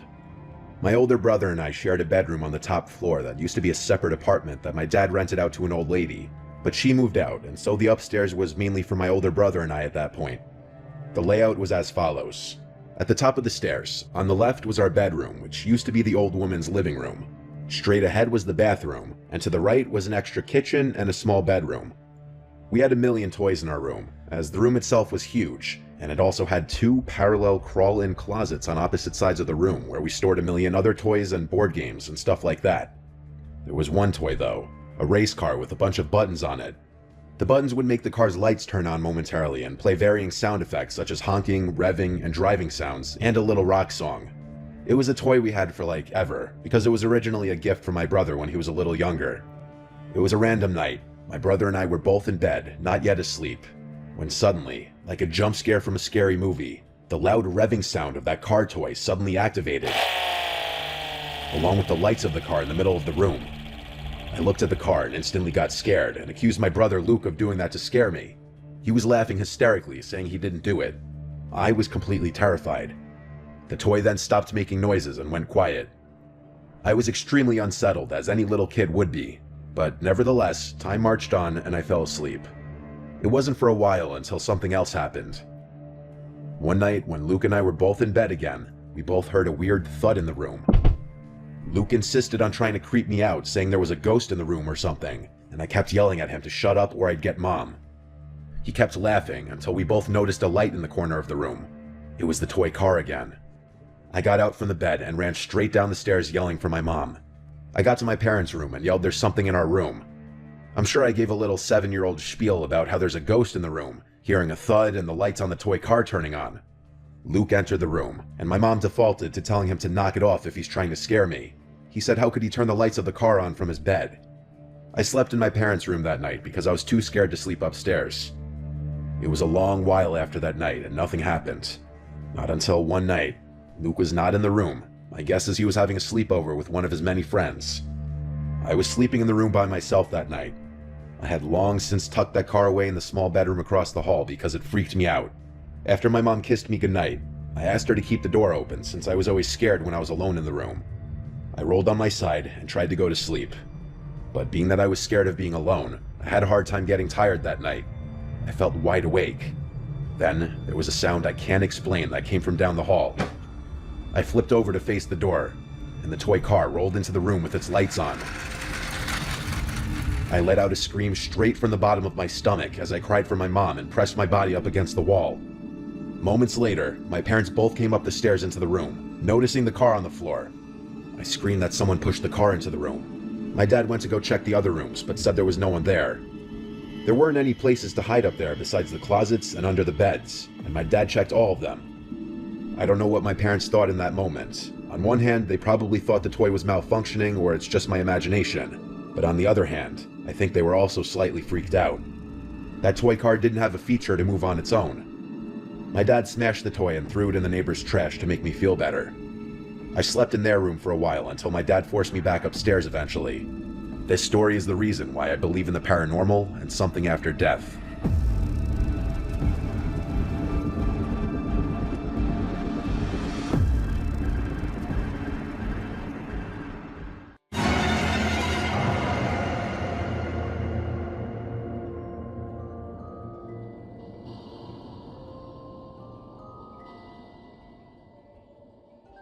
This happened about 7 years ago, ironically on Halloween night. It was pretty late, close to midnight, so all the kids in the neighborhood had already gone home. Even our neighbors across the way had stopped playing their corny Halloween tape.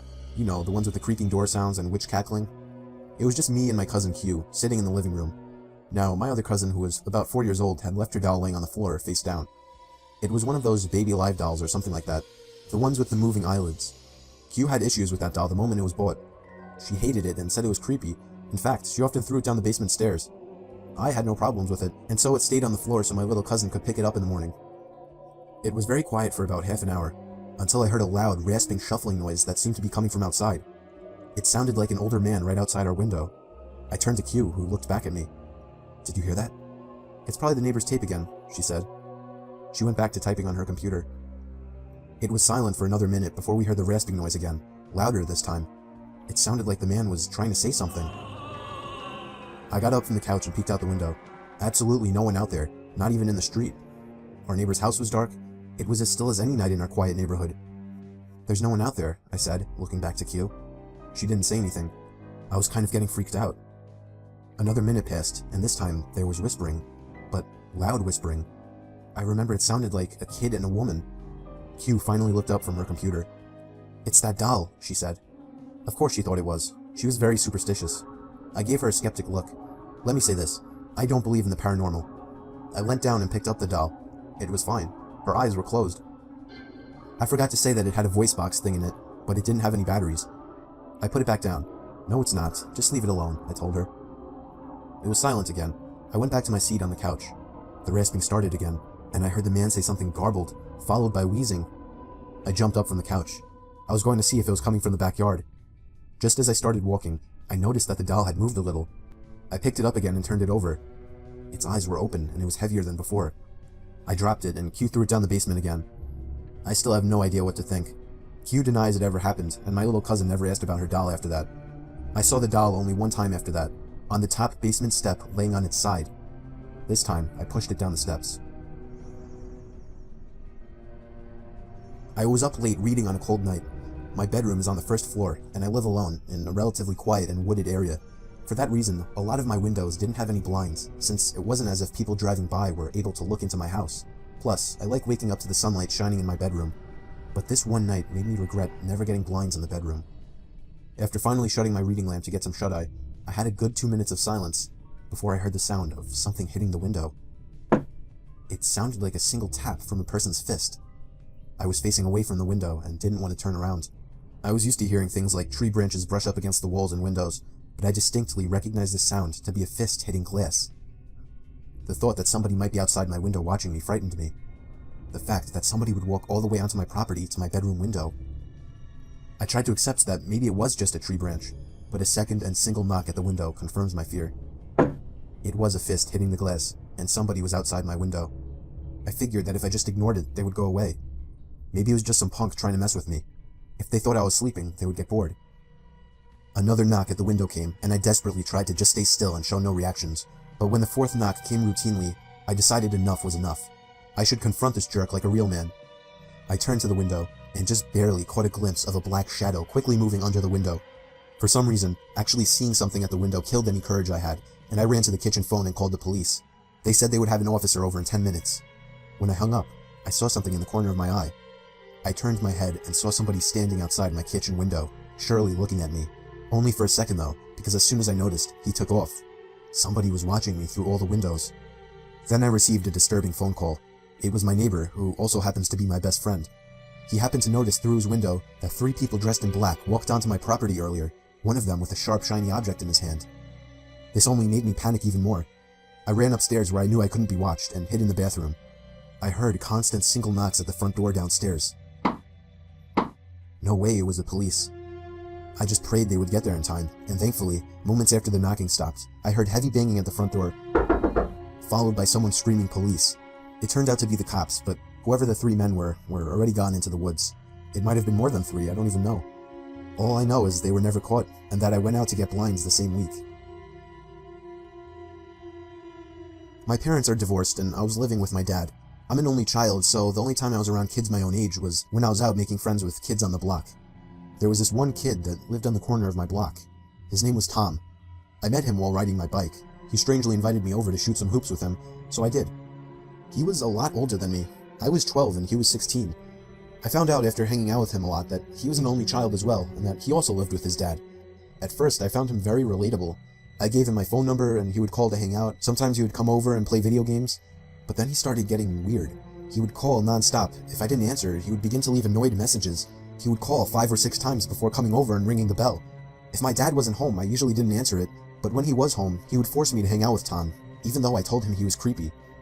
I biked with Tom back down to his house while pretending to listen to him babble on about stupid shit. This kid would never shut up. I needed to find a way to get him to stop looking for me. Then, for the first time, he invited me into his house. I really didn't want to go in, but it didn't seem I had a choice. The second I walked into the door, the foul, disgusting odor of his house filled my lungs. Clothes were tossed all over the floor, broken glass in one corner of the room, and what looked like coffee stains on the wall. It was the most disgusting place I'd ever seen. And then, a huge, shady-looking man walked out from another room. He looked at me with a very intimidating look. I felt myself backing up away from him, until Tom introduced him as his father. The man just gave me a big grunt and stomped off into another room. It was official, this kid was a fucking creep. I needed to get away from him for good. I decided I didn't even want to be in that house anymore, and just made up some excuse to go. I think that I said that I forgot I had a doctor's appointment, and at that moment, his smile slowly faded as an unhappy, if not extremely angry expression crossed his face. He didn't even give me any response. He just looked at me with this unnerving stare. I left in a hurry and ran back down the block to my house. The door was locked, surprisingly. I unlocked it with the key my dad made me carry, and found that he wasn't home. I really wanted him to be home. And then I found a little sticky note on the fridge, saying he was called into work for a possible storm emergency. So that night before going to sleep, I checked my email for a response from somebody on eBay. But instead, I had about 5 new emails, all titled in capital letters, and they were all sent from an email named tomtom20@aol.com. It was him.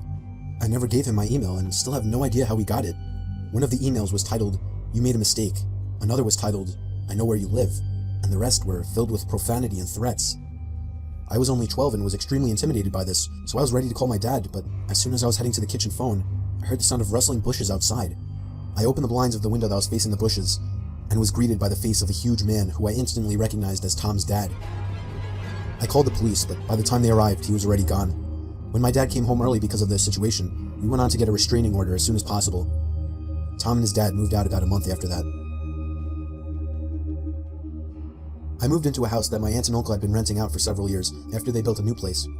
I spent a few months alone before a buddy from work asked if I was looking for a roommate. I thought about it for a few days and ended up allowing him to move in. It was a 2-bedroom place with a den and office in the garage. He decided he wanted his own space, as the bedrooms were right next to each other, so he moved his stuff into the office in the garage. And I have to admit, it was a pretty cool setup he had.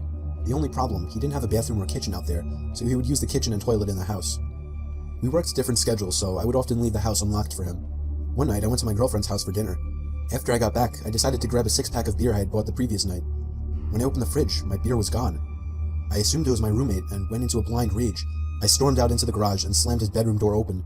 He was sleeping and rolled over. I screamed at him, asking why he drank my beer without asking. He said he didn't touch my beer and rubbed the sleep out of his eyes. Having lived with him for a while, I was pretty good at judging when he was lying. I felt he was telling the truth. My heart sank as I came to the realization that somebody had stolen our beer from the fridge and whatever else. We went back into the house and made sure everything was in its place. The TV was there, all the furniture. It wasn't until I went into my bedroom and realized my $2,000 laptop was gone that we began to panic. My buddy called the cops and we searched high and low for the beer and laptop, thinking I might have misplaced them. We soon gave up and began to search the yard for whoever had done this. We didn't live alone in this house though. There was a room that had been built on several years after the house was built. My aunt's dying mother spent her last couple of years living there, as it was easy for my aunt and uncle to care for her during her sickness. When she died, they began to rent the room out to a strange woman, before eventually moving out themselves and renting the rest of the house out. The woman remained there until we moved in, and my aunt and uncle had their concerns with her. They believed she was a drug addict, which became evident to us during our stay there. She behaved erratically, and we would hear strange noises from her end of the house all hours of the night. Her brother moved in several months after we did, which was strange because her place was a one-bedroom suite. We figured he just slept on the couch or something. He was even weirder than her, though. He wouldn't acknowledge me when I pulled up into the driveway while he was sitting having a smoke. Trying to make conversation with the guy was pointless. He basically just stared through your soul. One night he even asked my roommate if he could score him drugs. That night during our search for the burglar, we went out to the garage door, only to find bare footprints in the snow. The footprints led from their suite door to our garage door. We put two and two together and began banging on their door. We said we knew it was him, and he better answer the door. Someone inside lifted the curtain and made eye contact with me, which to this day still gives me chills. The cops showed up and took down all our information. They scoured the house and found nothing, and no one.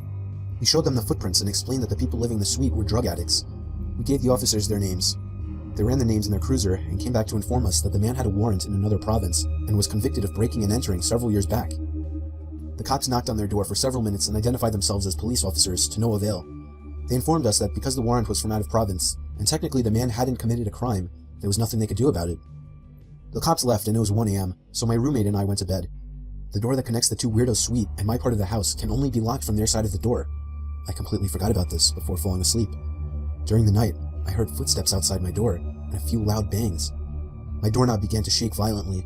I was barely awake and brushed it off as my roommate. Luckily, I always lock my bedroom door at night. The next morning, I asked my roommate what was so important at 3 a.m. that he would need to try and get in my room. He told me he slept through the night and hadn't even got up to go to the bathroom. My heart sank.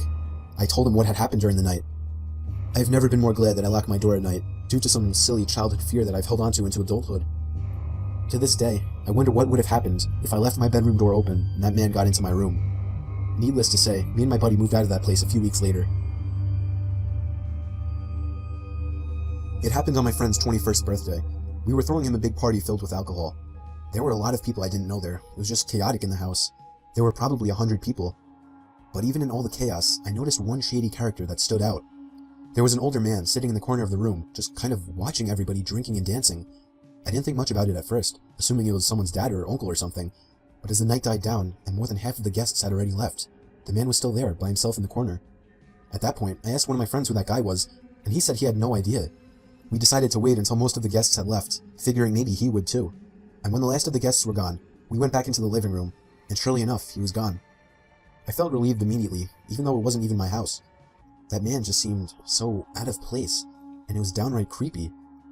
Me and a couple of other friends slept over that night. I slept on the couch in the den. Falling asleep was easy with all the alcohol running through my veins, but staying asleep was a problem. I woke up in the middle of the night, feeling insanely thirsty and having to go to the bathroom. I first went to the bathroom since it was closer, and then went up to the kitchen and got a glass of water. When I went back down to the den and laid back down on the couch, I noticed that the sliding door to the coat closet across from the couch had been slightly slid open. It was too dark to see anything else though, like anything inside of it. I felt a chill run down my spine as I remembered the creepy man sitting in the corner. The idea of that man hiding in the closet immediately popped into mind. I continued to lay still, under the assumption that he was watching me through the open door of the closet. I began to plan my escape. I could jump over the other couch and land right next to the stairway upstairs to the living room, but I just had to gather up the courage to do it.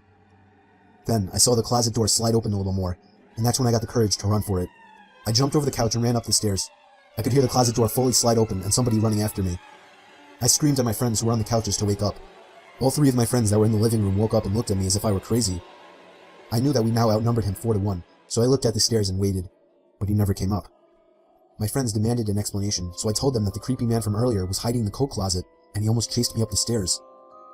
Just then, we heard the back door from down in the den open up, and we all looked at each other. We called the cops, but the man was never found. He simply left through the back door. When I was going to college in North Carolina, I started working at a local TJ Maxx store for some extra cash. Since I was in class during the day, I usually worked the later shifts. One night I was walking to my car. I think it was about 11 or 11:30. As a safety protocol, all of the employees left together and the security guard would watch from the sidewalk to make sure we all got to our cars all right. I was approaching my car when I heard a car pull up behind me. I turned around and there was a woman with her teenage daughter in the passenger seat. She rolled the window down and started giving me a story about how they just came into town to visit family and that they're out of gas and have no money, and then asked if they could borrow a few dollars. I told them the truth, which was that I had no cash on me. I never carry cash. So she just looked at me and asked very hurriedly if I would get into the car with them, go to the gas station, and buy them about $10 worth of gas. I mean, obviously I said no, and she asked a few more times. It wasn't until I had said no that I noticed the daughter in the passenger seat had been staring at me the whole time, and she was licking her lips and wringing her fingers. At that point, I bolted back to the store where the security guard was, because they had pulled up behind my car, so I would have been stuck there. I told him what had happened. He started walking to their car, and they sped away. Working the night shift always sucked. I work in an office building and would constantly do the night shifts since it was the only time it would work out for me. I was just about always the only person on the floor I worked on, possibly in the whole building. There would always be a kind of eerie feeling to being in such a big building with most of the lights out and absolutely no one around. But on the upside, it was peaceful and less stressful, and I was able to get a lot of work done. There was this one night though. It was a Friday night, around 2 in the morning. I was typing away on my keyboard when I heard a noise from outside my cubicle. It sounded like just a random crack from the walls or something. It's unusual in this building, but I didn't get too concerned about it. I resumed typing away and was once again interrupted by a sound. This time, the sound of a computer starting up. It caught me off guard. I was sure nobody else was working the night shift. I stood up on my chair to get a view over the cubicle walls. The glare of a computer screen in the dark was visible in a cubicle on the opposite side of the room. Then I did something stupid, something I regret. I asked if there was anybody there in a yell, hoping to get an answer from a fellow employee. But instead, I saw the glaring light of the computer monitor across the room turn off, and there was once again nothing but darkness on that side of the room. I started getting nervous. I turned off the lamp and computer screen so that I wouldn't give away my position to whoever that was. I crouched down and tiptoed out across to a nearby cubicle. There was just utter silence. I sat waiting for something to happen for God knows how long, but I eventually decided the coast was clear. I tiptoed down past all the cubicles until I reached the opening near the exit door to the stairs and elevators, and that's when I realized that my fearful suspicion was true. There was a man crouched down behind a plant in the corner of the room, dressed in all black. I felt my heart sink as I noticed him, but it didn't seem like he knew that I noticed him. I turned back to the stairway door. There was no way I was going to wait for the elevator and take a chance. I casually opened the door and closed it behind me, proceeding to walk down the stairs. After making it down about 2 flights of stairs, I heard the door above me push open aggressively, followed by manic echoing footsteps coming fast down the stairs. I raced down the stairs, running as fast as I could, all while the footsteps above me were getting louder. I finally made it to the first floor, raced through the lobby, and out the front door. Whoever was in there didn't follow me. I immediately called the cops, along with one of my bosses. My boss said no one was scheduled to work except for me. The cops scanned the place from top to bottom. There was no one in there. I couldn't help them out with any description other than he was wearing all black. I did continue to do the night shift for about a week after that, with my boss allowing me to lock all possible entrances to the floor, including the elevators. But I still wasn't comfortable with it, so ever since, I've been doing the day shifts. It was 4 a.m. on a Saturday night. I woke up to my stomach rumbling, and nothing is worse than trying to sleep on an empty stomach. So I got out of bed and made my way to the kitchen to make a sandwich. But immediately I noticed that the cabinet was open. I'm always super obsessive over closing everything I open, so I couldn't believe that I had done that. I found it more odd than most people would. That's just how I am. Most people would shut the cabinet and forget about it, but I went as far as investigating around the house for any unwanted guests. There was nobody in any of the closets I checked, but when I went down to the den, the back door was wide open. I was certain now that someone had been in my house. I somehow had the balls to step outside and turn on the patio light, and there was somebody sitting in one of the patio chairs. He looked at me with a blank expression and got up slowly. He looked filthy, almost homeless. His hair was down to his shoulders. He started walking closer to me. I couldn't tell what his intentions were, and I kinda just stood there, almost taking him as harmless. But he suddenly lunged at me, and I barely had time to shut the door and lock it. We stared each other down for 10 seconds through the glass, until I finally realized I should be taking that time to call the cops. I ran to the kitchen to get the phone, and as I was dialing, I noticed when I got back that he was already gone. I still called the cops, but nothing was ever found of the man.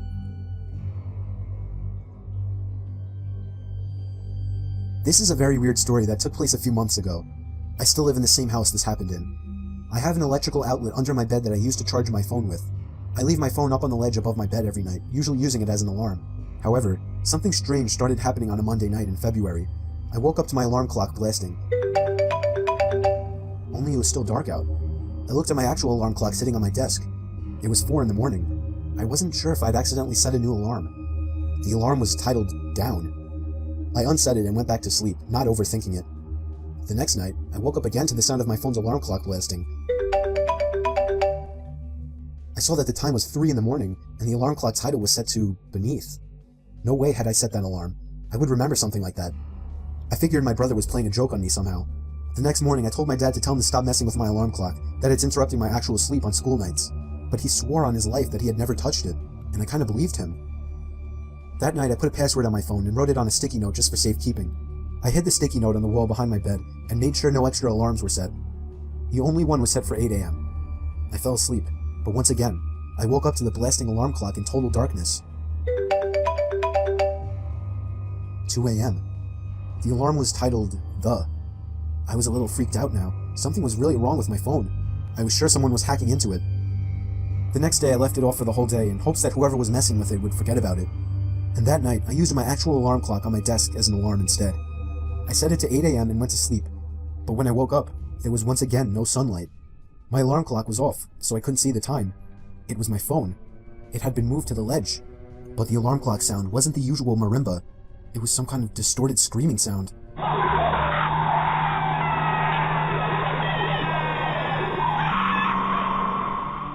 I turned off the alarm, which was titled Bed. It was 1 in the morning. I was laying there clueless, not knowing what to think. My phone was at 10%, so I reached down under my bed to try and find the charger that's normally plugged into the wall. It was missing. And then, at the worst possible time, I realized exactly what it all meant. The 4 alarm titles formed the sentence, Down, Beneath, the Bed. I tried to pull my arm away, but it was too late. I felt a hand grab my arm and squeeze tight. I screamed as loud as I could, loud enough for all the neighbors to hear. I heard my parents' bedroom door open and footsteps running over to my room. My door opened and my dad barged in with a baseball bat. He saw that I was being pulled down to the edge of my bed. My dad reached under my bed and grabbed a hold of the man hiding under. He knocked him out with the bat and called the cops. The man clearly didn't plan that out, as he basically trapped himself under my bed. Police told us that he was a registered sex offender who had been arrested 10 times. He's extremely messed up in the head, and clearly gains pleasure from messing with and scaring his victims. It scares me the most that he was in our house, and under my bed, for 4 days. The most horrifying experience that ever happened to me didn't even directly happen to me. I have a friend that I'll call Ty. We would hang out or at least text every day, but there was this one day that he didn't respond to any of my texts or calls. I went over to his house, which was a block away, to see if he was alright. I knocked and rang, but he didn't answer, which was weird because his car was there. I got the feeling he wanted to be left alone, but late that night, I got a FaceTime request from an unknown number. I cautiously answered it with the camera aimed away from my face. A face popped up on the screen, and it was Ty. I felt so relieved and showed my face. When I got a little better look at his face, I noticed he looked different, like a lot more tired and, I don't know, paranoid, I guess. And he was also in an unfamiliar room. I asked him where he was and why he wasn't answering, to which he responded that he was fine and he was at home. I asked him whose phone he was using, and he just took a long pause before answering. He just blankly stared at the camera until finally answering that he was using his uncle's phone. That was really weird, but before I could question him further, he all of a sudden demands that I lend him $10,000 and that he'll pay me back. I can't help but laugh at this until I see that he's serious. More than just serious. His facial expression filled with what looked like worry. I asked him why the hell he needed so much money, and there was once again a huge pause, with him just staring into the camera.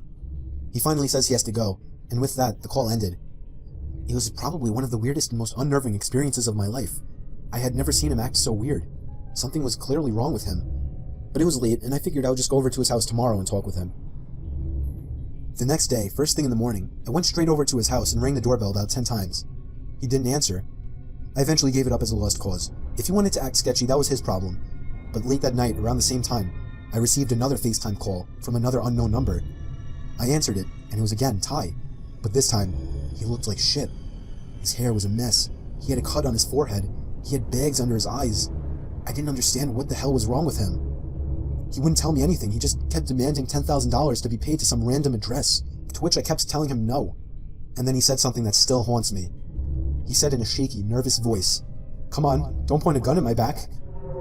It hit me like a bullet as he said this, accompanied with an ever so slightly twitch of his left eye, to which I interpreted as a wink.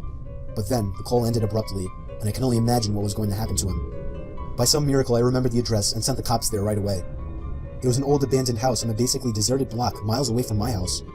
They found Ty in the basement, beaten senseless and barely alive, but they got to him just in time. The sicko that did this to him was already long gone. Ty doesn't like to talk about it, but the most he told me was that he was walking home before everything went black, and he woke up in a dark basement.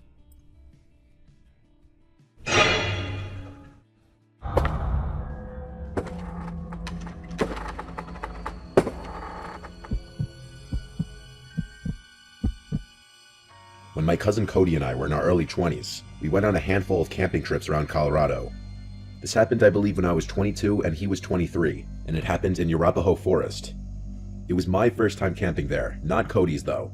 It was in the middle of the week. Our jobs allowed us to have off days in the middle of the week, and we'd often go on our campouts then to avoid traffic and crowds. I always let Cody take charge on these trips. He's the Eagle Scout, not me. We parked by a picnic area, and we set foot into the woods from there. After about 15 minutes of hiking deeper into the woods, we found a good spot to set up camp. A good spot meaning a big enough clearing to fit 2 tents, the portable stove, and a campfire. The first thing we did was unpack our stuff and set up our tents. Cody has always been a lot quicker than me in pitching a tent.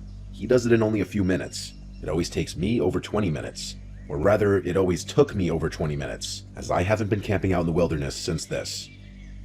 The next thing we did was create a ring of stones for a fire, and then gathered some sticks and wood. He did bring some fire starter and a lighter, so I guess we kind of cheated, but oh well. It was at the point in the day when the sun was going down. We had a fire going, and now Cody was grilling up some steak and burgers. One thing about Cody is he always went all out with the food on these trips, and he's a really good cook, so I always trusted him with feeding us.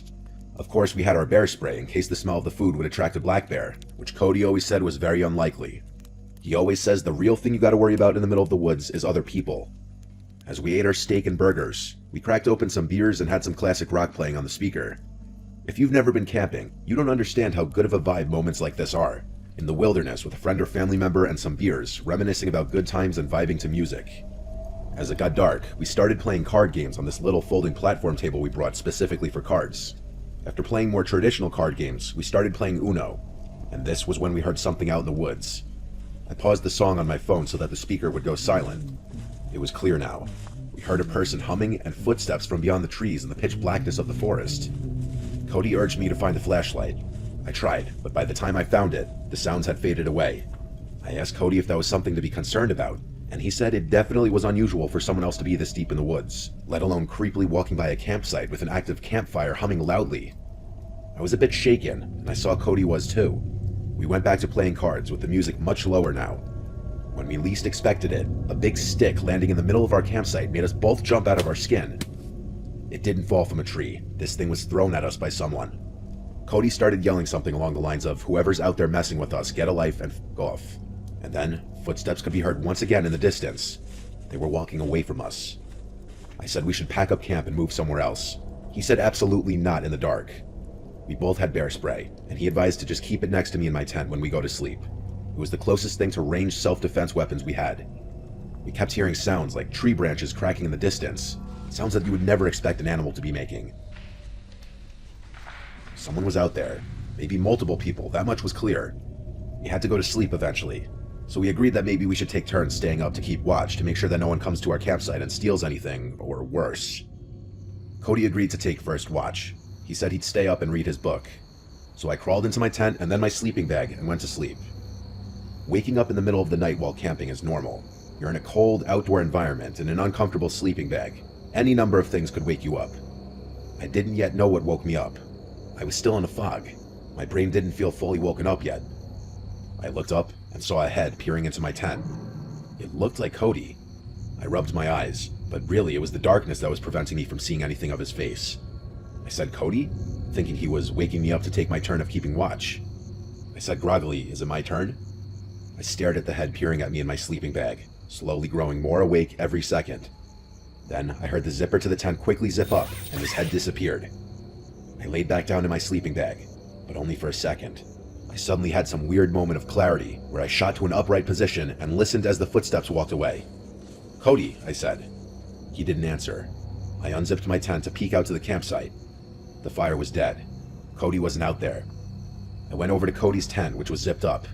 I unzipped it and looked inside to see Cody fast asleep in his sleeping bag. I got chills, goosebumps, whatever you want to call it. I almost shit myself at the realization. I started shaking him awake, and when he finally awoke, I told him someone's here, at the campsite. It took him a minute to come back to reality just like I did. But when he did, he grabbed his bear spray. He said he must have dozed off while reading. He said I should sleep in the tent with him tonight, but to do that, I'd need my sleeping bag. He came outside of the tent with me and stood watch as I ran to my tent to grab my sleeping bag. In my tent, grabbing my sleeping bag, I heard that goddamn humming again from outside. I grabbed it and Cody whispered at me to hurry up. I said, "You hear that too?" He said yes. We both got back in his tent and zipped it up, with our cans of bear spray by our sides. I tell you, in those moments, I wanted nothing more than for a bear to come and save the day. The hours dragged on as I stayed up while Cody slept. After 3 long, horrible hours, I woke him up and we switched. When Cody woke me up, it was almost dawn. There was light outside. So we packed everything up, and by the time we were done, there was plenty of light to hike back to the car. While we could have driven somewhere else and had another night of camping elsewhere, neither of us were feeling it anymore. This was a haunting experience, and I think we both just wanted to be in the safety of our houses. It's been 6 years since this happened, and he's hit me up a few times since then about camping, but I haven't really had interest since this experience. People are just too scary. Why was someone out there stalking our campsite? And the sight of that person's head in the dark, just looking into my tent, it was straight up from a nightmare. I may never go camping again, honestly.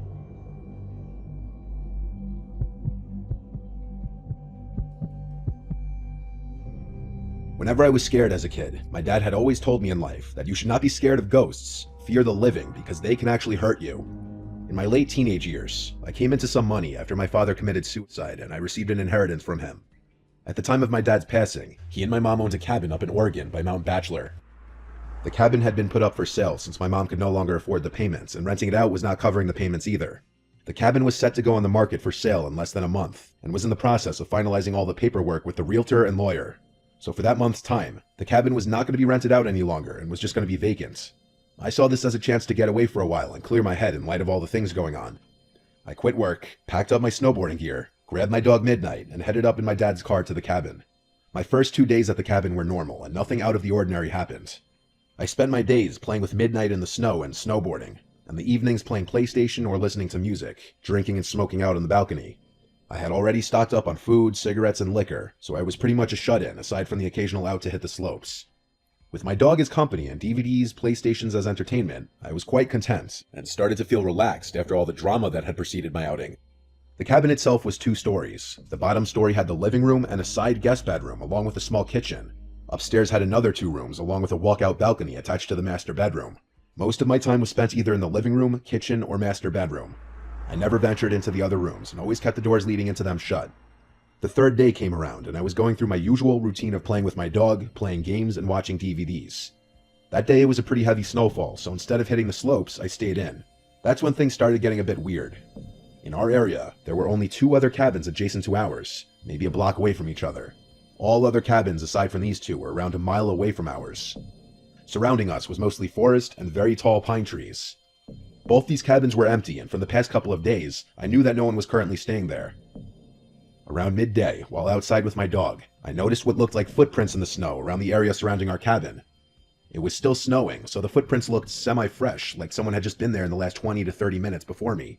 I thought that maybe someone was staying in the cabin near me that I may not have noticed. Maybe they were shut-ins like me. Alright, whatever. The footprints led away from my cabin, and they disappeared in the snow towards the denser part of the trees. I disregarded the footprints and went back inside. Nighttime came around, and I decided to head to bed. My dog Midnight was laying on the bed with me when I noticed his ears perk up to a listening position. This was followed by him quickly jumping off the bed and running downstairs to the living room. I lay in the bed and stayed silent. I was honestly freaked out. I could hear him moving around downstairs back and forth. After around 5 minutes, he ran back upstairs to me and started to do his doggy dance for the sign that he had to pee or that he wanted to go outside. Shit, well fine, I can't say no to him, so we both went downstairs to the outside driveway for him to do his thing. Only he didn't want to pee. As soon as we were outside, he started to pull his leash, trying to drag me to where he wanted to go.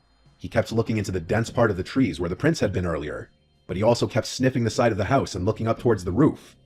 After he figured out that I was not going to go where he wanted, he sat himself down and just stared into the darkness. A bit unusual for him, but alright, maybe there's some forest animals out there that he wants to chase down. But fuck this, I didn't want to chase anything, so I pulled him back inside and we both headed back upstairs. Around half an hour later, I was lying in my bed when I heard what sounded like hooves walking on my roof. It was only a series of around 6 steps, and I rationalized that it could be a pine cone falling from a tree onto the roof, or maybe a kind-hearted forest animal running around. But here's the thing. The steps seemed to be spaced apart like a man-length stride, so it was really freaking me out. Midnight also heard the noise and was quick to run to the balcony screen door, expecting for me to let him out. Alright, you know what? I'm a tough guy, and at the time, I considered myself to be fairly well built and strong enough to handle myself. So I grabbed my coat and shoes along with my cigarettes and flashlight and went out onto the balcony.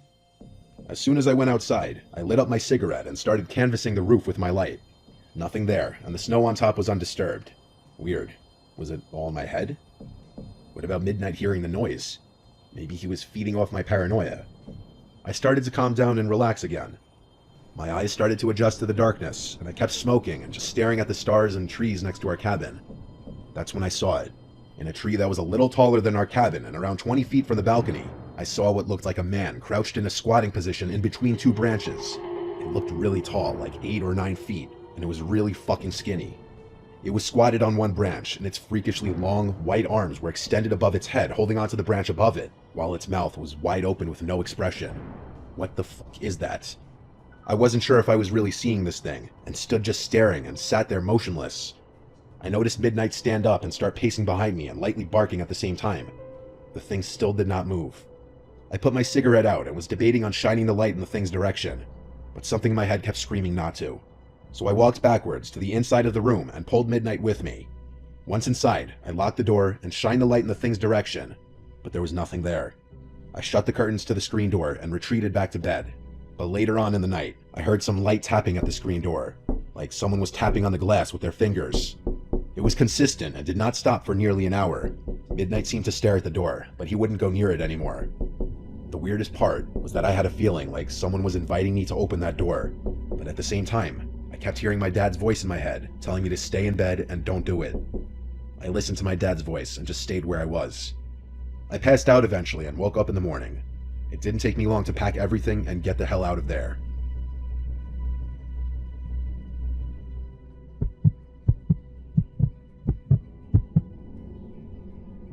I was searching Craigslist and Facebook Marketplace for a new phone. This was a long time ago, so it had to be like an iPhone 7 or something. Phones still had the home buttons back then. I found this listing for a phone.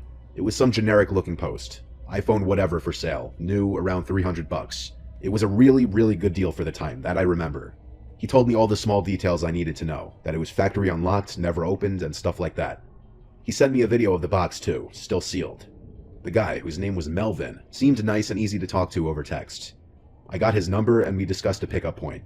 His location on the Facebook ad was much closer to me, but over text he was telling me he was only there this morning, and now he went about an hour north. I wasn't happy about this, but this was a really good deal and I didn't want to pass it up. I started asking a bunch of friends if they'd want to come on an adventure with me. Really just a way of making the chore of accompanying me for an hour drive seem fun. My friend Martina actually agreed to come with, on the promise that I buy her food for coming. So this Melvin guy sent me the address of a police precinct about an hour away, saying he only does deals in police precinct parking lots to avoid scams. I obviously had no problem with this. In fact, it made me feel a little more confident in this whole thing.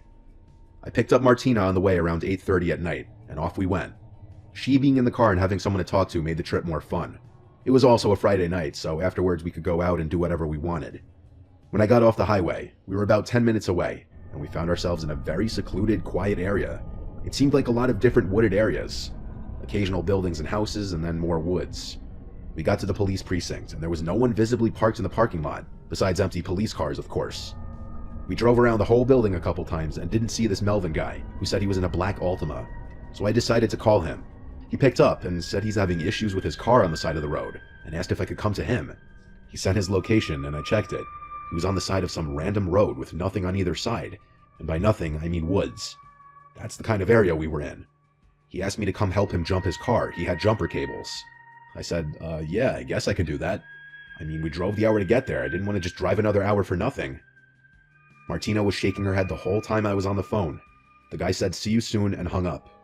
Martina then basically screamed, no way, this is sketchy, we're going home. I told her we'll just drive past the location he sent and see what's up. I did agree with her though. This seems incredibly sketchy. I just was very upset if we drove 2 hours for nothing. We did drive to the location, and when we got to it, we saw the reflection of a car's front lights coming up on the pitch black road we found ourselves on. As we got closer, I slowed down, and it was in fact a black car, but we couldn't see anyone inside or outside of it. Mind you, it was very dark, but I feel like we would have seen someone's head on the inside or something. Martina said to just keep driving, and I said I know. It was about the sketchiest thing I'd ever seen.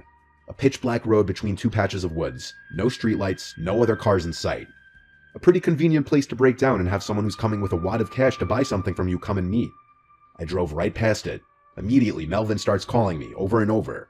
I ignored every single call. Then he texted me saying, "I saw you just pass me, why didn't you stop? Turn around."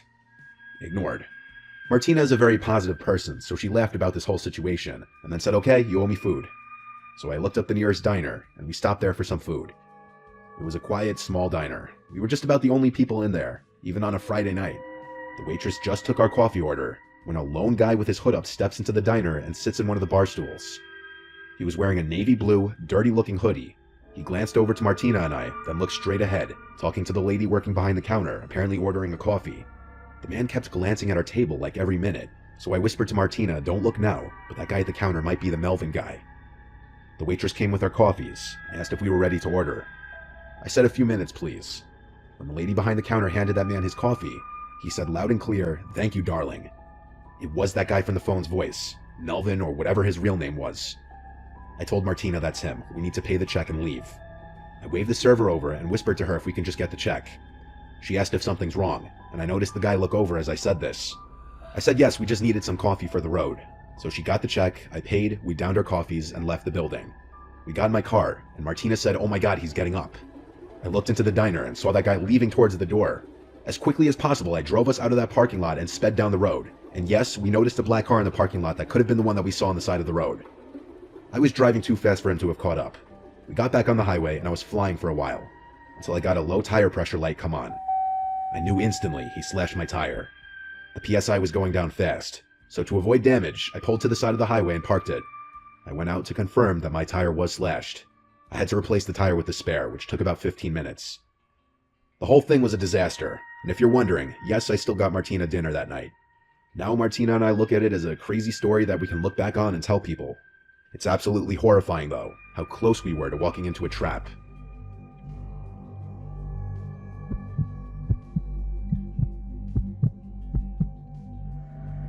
I was seeing this girl for a few weeks. We'd been on 2 dates. Her name was Phoebe. We matched on a dating app and eventually met a few days later. She was 4 years older than me. Our first date was drinks, and our second date we went out with my friends on a weekend. My friends had neutral opinions about her. They thought she was, quote, nice and kinda quiet. They'd later reveal their actual thoughts on her, but I'll get to that later. Phoebe invited me to an upcoming high school reunion party. She told me she didn't want to go alone, and honestly, after she came to hang out with my friends and I felt like I owed her. This reunion party was falling on a random Saturday in the fall. It wasn't organized by her school, though. She told me that it was organized by this rich guy from her class, and it was being hosted at his house. I haven't had my high school reunion yet, but as far as I know, these things are usually held at bars or catering halls. We got to this guy's house, and it was admittedly a fancy-looking house. It had a gated driveway, but no fancy cars parked anywhere in sight. My thought was maybe the owner parked his car in the garage during the party. The second we stepped into the house, I felt like everyone was staring at us. More specifically, me. A few people came up to Phoebe and hugged her hello, then shifted their attention to me. I felt almost like I was being interrogated with some of the questions these people were asking me. Like my whole life story, what I do for a living, who I live with. Finally, Phoebe pulled us away, only to go talk to more people who I also felt like were asking really personal and weird questions. There was also something about all the people in here. They seemed to be older looking than 28, which was the age Phoebe told me she was. Some of these people looked well into their 30s. I made a comment on that to Phoebe, but she said, yeah, some of these people aren't aging too well. I asked if she remembers all these people, and she said yes. I then asked who the party host was. I was curious to meet the owner of this big house. She said she hadn't seen him yet. Throughout the entirety of me being there, I felt like everybody was shooting me daggers. They wouldn't look away either. I whispered that to Phoebe, and she said back it's probably because they're wondering who I am. At the time, that was the only logical explanation I could think of, too. It's hard to explain the growing awkwardness at this party, but I can assure you, this was not what a normal high school reunion would be like. There was no music, and everyone was dressed weirdly, not like normal 28-year-olds. But that's the other thing. None of these people looked like they were in their 20s. I was getting uncomfortable with some of the stares I was getting in the room we were in, so I told Phoebe I'm gonna run to the bathroom. Realistically, I just wanted to get out of that room and explore the house a little bit. I didn't have a drink in my hand or anything to make me feel at ease. I was just walking around this giant house empty-handed, and anyone I passed stared at me. To say I felt out of place would be the understatement of the century. I found the bathroom. I stepped inside even though I didn't have to go. I locked myself inside just to sit and regather myself, take a break from the awkwardness outside. I texted all my friends about how weird this reunion was, and wondering how I could convince Phoebe to leave early. We'd already been there about 30 to 45 minutes, and this unnamed mystery party host was nowhere to be seen. Phoebe texted me, "Where are you?" I replied, "In the bathroom, give me a minute." Then I followed that up with, "This party's really weird, I'm down to leave soon." She said, "Why?" I said, "Everyone's being weird." Then someone knocked on the bathroom door, so I couldn't sit in there anymore. I washed my hands quick and left the bathroom, and the guy waiting outside, who looked like one of the younger ones here, said in a very low voice to me, "You should leave. That girl isn't who she says she is." I froze for a second, then said, "Phoebe?" He said, "Whatever she told you her name is." He then asked what she told me this party was. I said that she told me it was a high school reunion. The guy then smirked and said, "Do these people look like they're going to a high school reunion?" He left it off with, and I quote, "Trust me, leave sooner than later." And then he walked into the bathroom and shut the door. I almost knocked on the door to get him to come out and further explain, but I thought for a second. I was already suspicious and uncomfortable in this house. That guy just confirmed something weird is going on here. I walked straight to the front door without drawing attention to myself. I still felt people staring at me as I walked to the door. I walked straight from my car in the street and drove home. Phoebe texted me asking where I went. I didn't answer. When I got home, I looked up her number on White Pages. That number was not associated with the name Phoebe. The name that came up was Claire Foster. The address that I picked her up at both times is also different than the address that came up on White Pages, which made me realize I never saw her leave the house. She was already waiting on the sidewalk both times. I replied to her text, "I had to leave, I'm sorry," and blocked her number. My friends all made jokes, and they told me she thought she was weird and off from the start, but they didn't want to tell me that and make me feel bad. My one friend joked that it sounded like I was in the movie Get Out. My friends and family all have had little theories as to what was going on. Some people would even think I exaggerated the whole thing until I told them about the fake name the girl gave me, and the guy telling me to leave sooner than later.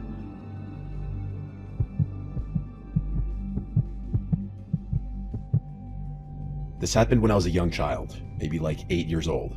My parents had me late. My two older siblings are both at least 10 years older than me. I was woken up in the middle of the night to a commotion from downstairs one night. It was my parents. I cracked my door open and heard my parents freaking out about something. I wasn't sure what it was. I went to the stairway and stood at the top, calling down, "Mom? Dad?" My mom came to the bottom of the stairs and said to me, "Go back to bed." I listened without asking any questions. I could tell they were stressed about something though. I was trying to go back to sleep when I heard the front door downstairs slam shut, and then it was dead silent. I presumed they left the house, but I wasn't sure why. Either way, I listened to my mom and went back to sleep. I woke up again to sounds downstairs once more. It was the sound of the front door closing, and then footsteps, but no talking. Naturally, I assumed they were back home and just being quiet so that they wouldn't wake me up. I heard occasional steps and thuds from downstairs. I heard drawers and cabinets being opened and closed, and I thought for sure I heard the fridge opening too. I thought it was my older brother Chris, who was 10 years older than me, and at the time he was already driving, so he was going out and coming home late. So him getting home at like 2 a.m. and rummaging the fridge wasn't abnormal at all. These are all things I was telling myself, logical explanations as to what I was hearing. Eventually, I heard footsteps coming up the stairs, getting louder and closer until they reached the top, and then made their way first thing to my door. My door quietly and slowly opened. I didn't sit up or move. I just had my eyes open facing the door as I was still laying down. There weren't any lights on outside of my room. Whoever was walking around was doing so in the dark, so all I saw was this black mass at my doorway, resembling the shape of someone's head. I said every name starting from Chris to Mom to Dad, then I just said, "Who's there?" They didn't reply. They just closed the door, and I was left there confused but mildly creeped out. I heard footsteps going downstairs. I was convinced it was my dad now, just coming to check on me after getting home, though I wasn't sure why he was ignoring me. I didn't hear anything from downstairs for a while now. I allowed curiosity to get the better of me, and I went downstairs in the dark. I kept all the lights off as I was approaching the kitchen, and I froze at the doorway, noticing a tall figure standing right in the middle of the kitchen. I said, "Dad?" assuming it was him just based off the size of this person. A deep voice said, "Go back upstairs." I ran back up the stairs to my room and closed the door and jumped under the covers. All I was thinking was, why did my dad's voice sound like that? The reality of a stranger being in the house didn't dawn on my innocent little mind. Not until a little later, when I heard the front door opening and a commotion from downstairs again. The voices of my parents. I went to the top of the stairway again, and they were shocked to see I was still awake. I asked what happened. They told me that Chris had a little accident, but that he was going to be fine. I found out months later that he had gotten into a car accident driving in a condition that he shouldn't have been driving in. My parents got a call from the hospital, and so they rushed to see him first thing, leaving me to sleep. I asked my dad if he had come in my room before, and that was when I learned that they had been gone for hours. My mom started freaking out, yelling at my dad because he had neglected to lock the door when they rushed out of the house. Me telling my parents about the person at my bedroom door and in the kitchen caused my dad to search the house with his gun, and my mom to call the police. The last thing I really remember was being asked by a police officer to give my story. My parents tell me that they felt like morons having to explain to the cops that they left me alone and left the door unlocked. I don't think anything of value was stolen. Even though whoever broke into the house clearly didn't have intentions of harming me, having a complete stranger in your house is already a terrifying ordeal. Now imagine going through that at 8 years old.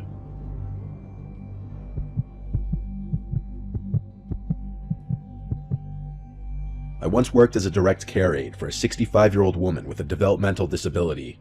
Her daughter, who was in her 40s, worked overnights, and she needed a caretaker with medical experience to watch her overnight. When I say once worked for them, I mean I literally worked once, just this night, and you're about to hear why I never went back.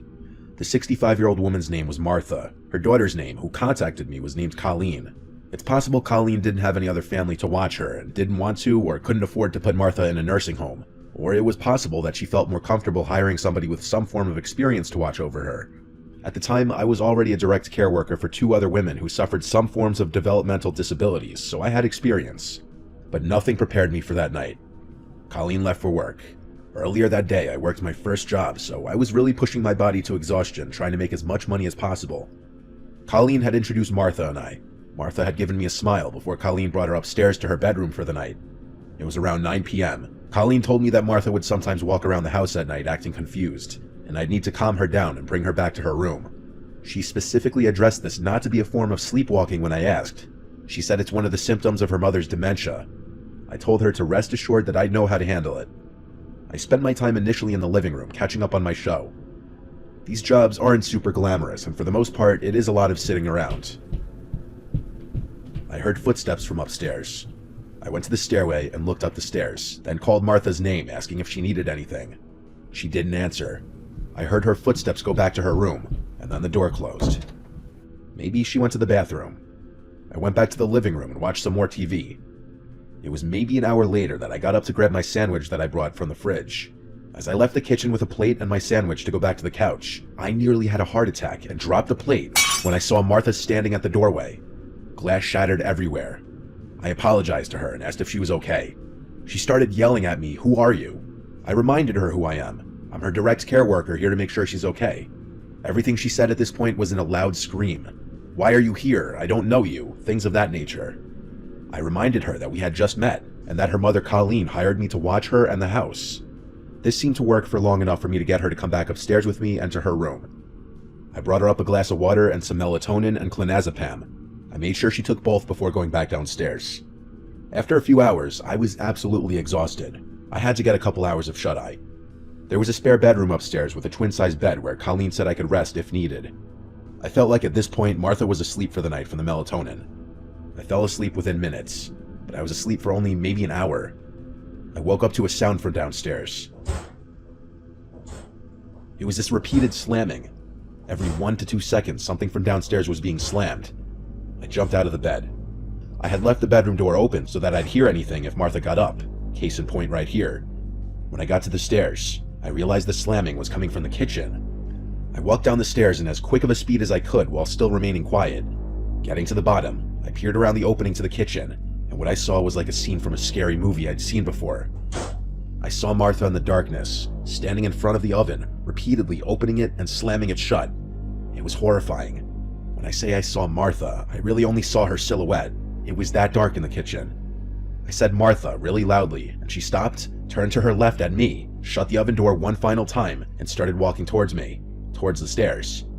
I said in a now softer, kind of scared-sounding voice, "Are you okay?" She got close enough to me where I could now see her facial features, and she looked at me with this blank expression, then walked right past me and started walking up the stairs. I followed her upstairs, but as soon as she got to her room, she slammed her door shut. I knocked on the door saying, "Martha, are you alright?" She didn't respond. I quietly opened the door just to peek inside, and I saw Martha at the side of her bed, just standing facing the wall. I've seen a lot, but this was some pretty unsettling behavior that I feel like is the exact kind of stuff you'd see in some scary movies, like I mentioned before. I walked over to her and gently eased her into the bed. When she was laying down, I covered her, and for what I was hoping would be the final time, I said goodnight, Martha, and shut her door. I went across the upstairs to the spare room and went back to bed.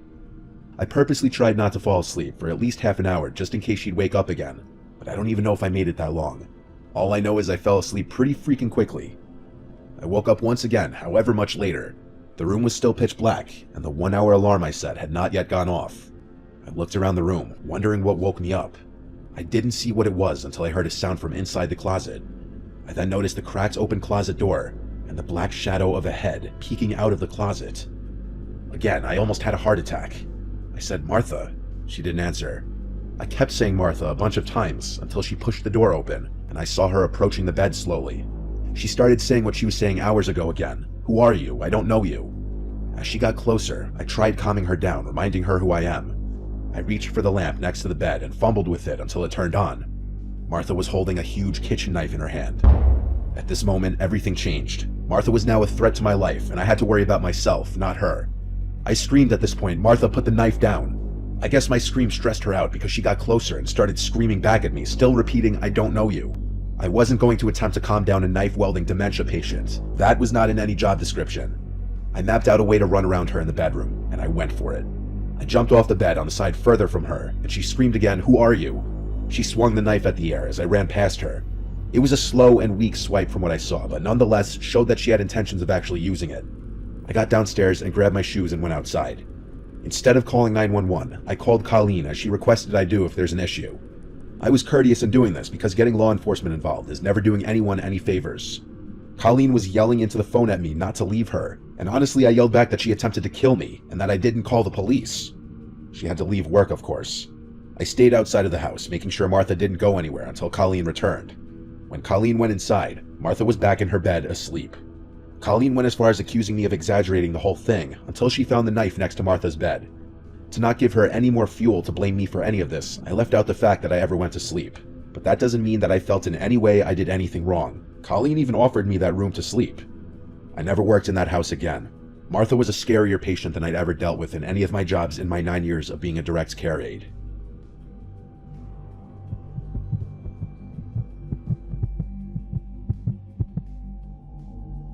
When I was 23, I had to move out of state for work.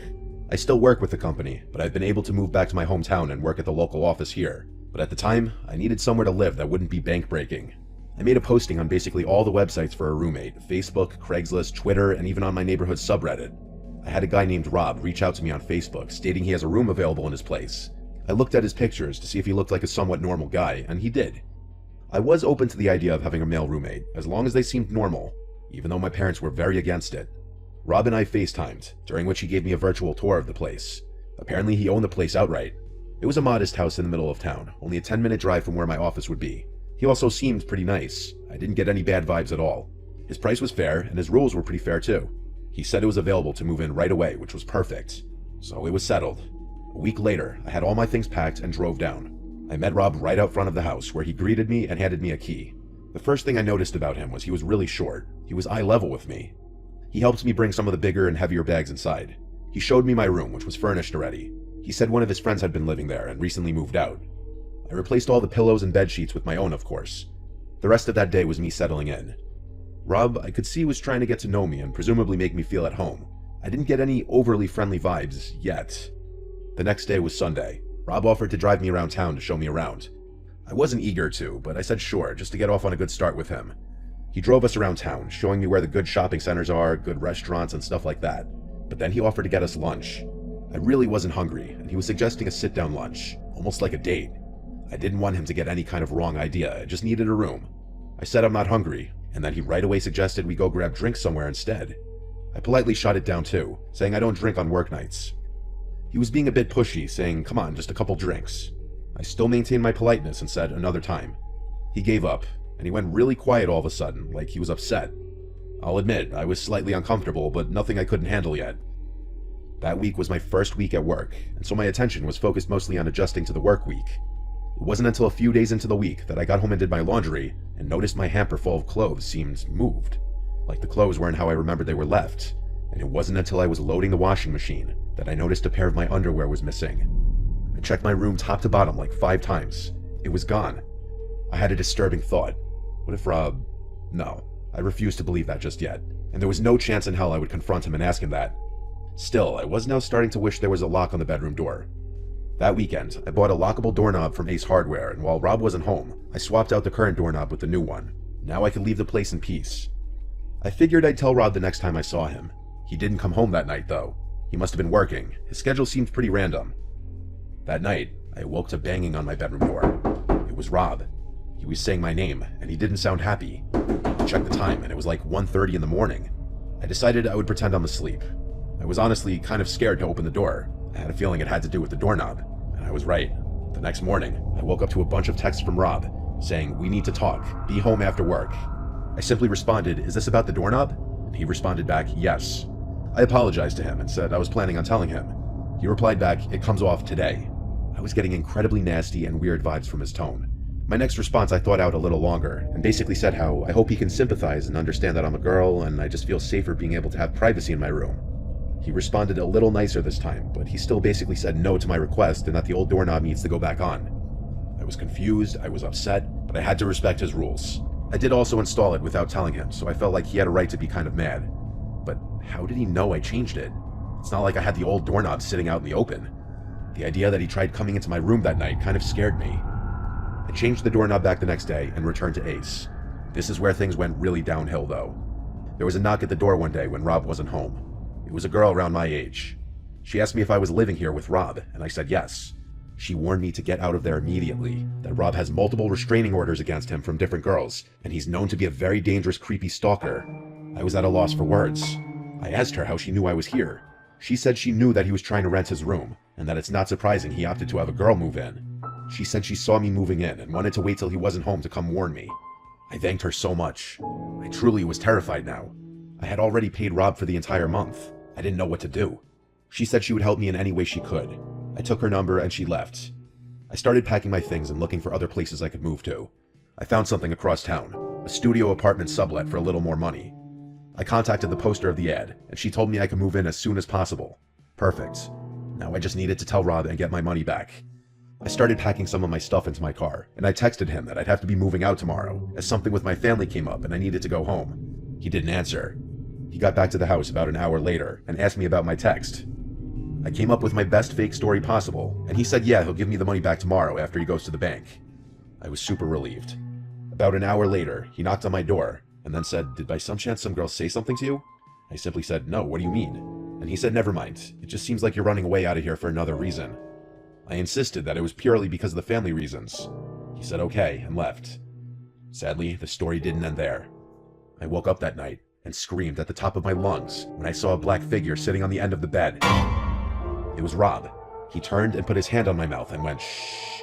I said, "Please don't hurt me." And he responded, "Why would I hurt you? I knew someone said something to you. Don't believe what these girls say."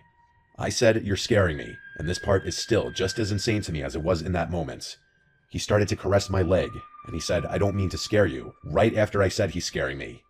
I got out of the bed and ran for the door, and he screamed at me to stop. I ran outside with my phone in hand and called the police. I hid in the bush until they showed up, and I explained the entire situation to them.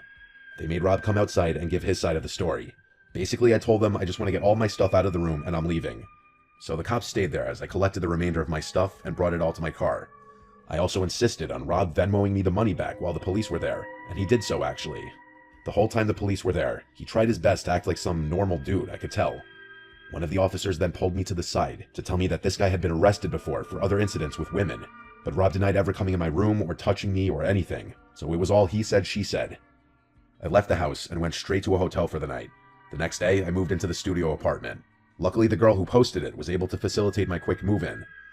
I have never and will never live with another man who's not my boyfriend or husband ever again, or just anyone I don't know for that matter.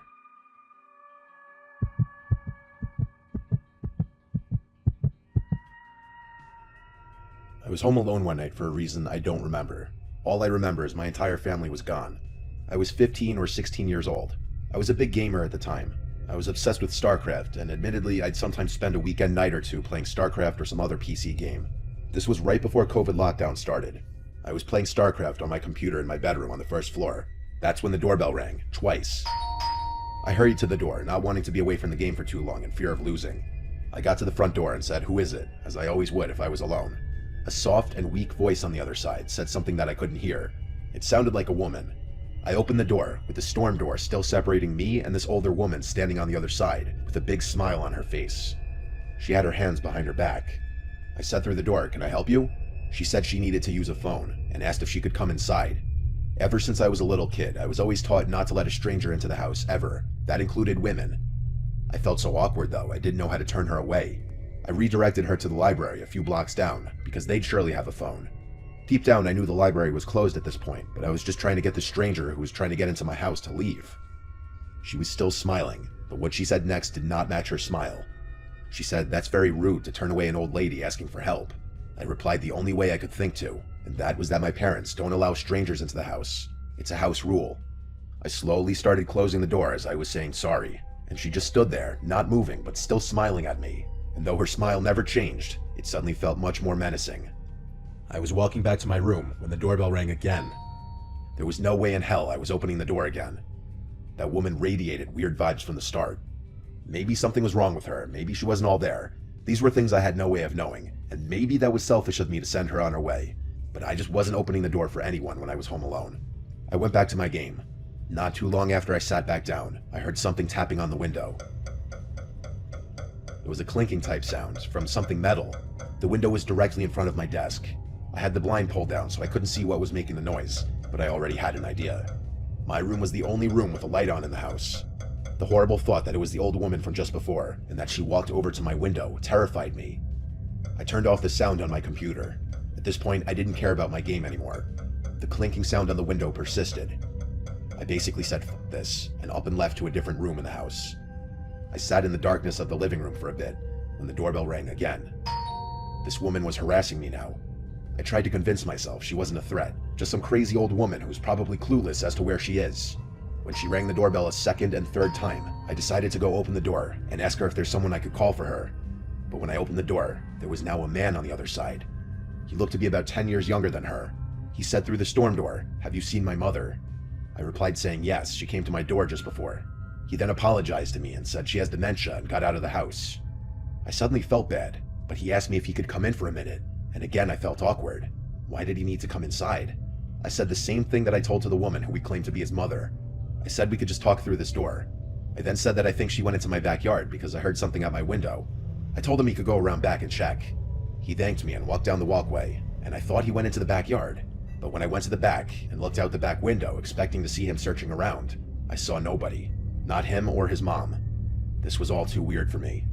I went to bed on the earlier side that night, just falling asleep with the TV on in the background, until I heard the clinking sound on the window again. Something metal was tapping on the glass. I remembered the concerned man, and I decided to try and help. I went to the window, lifted the blind up with my hand, and I saw that woman outside my window, with that same creepy smile. She was tapping a kitchen knife on my window. I closed the blind and crawled back into my bed. This didn't feel like it was actually happening. A suspiciously short amount of time later, the doorbell rang like 4 times. The clinking on the window stopped by this point. This was all too suspicious. It felt like some kind of robbery attempt. I ignored the doorbell. I stayed in my bed. I was gonna wait this out. I didn't have a cell phone at this time. I wasn't the most social guy growing up. I also didn't want to call the police for some reason. I waited this all out until it finally stopped. The next morning, I told my dad what happened when I called him. He told me I was smart not to open the door. Everyone agreed that everything about it sounded like an attempted robbery. Is there a chance that maybe that woman really did have dementia and that the man was really her concerned son? Maybe, but it all seemed too coordinated. Why did he want to come into the house too? How did he even know she came to my house specifically? Why didn't he ever go into the backyard to look for her when I gave him permission to do so? Too many unanswered questions that lead me to believe I avoided something terrible happening if I opened that door.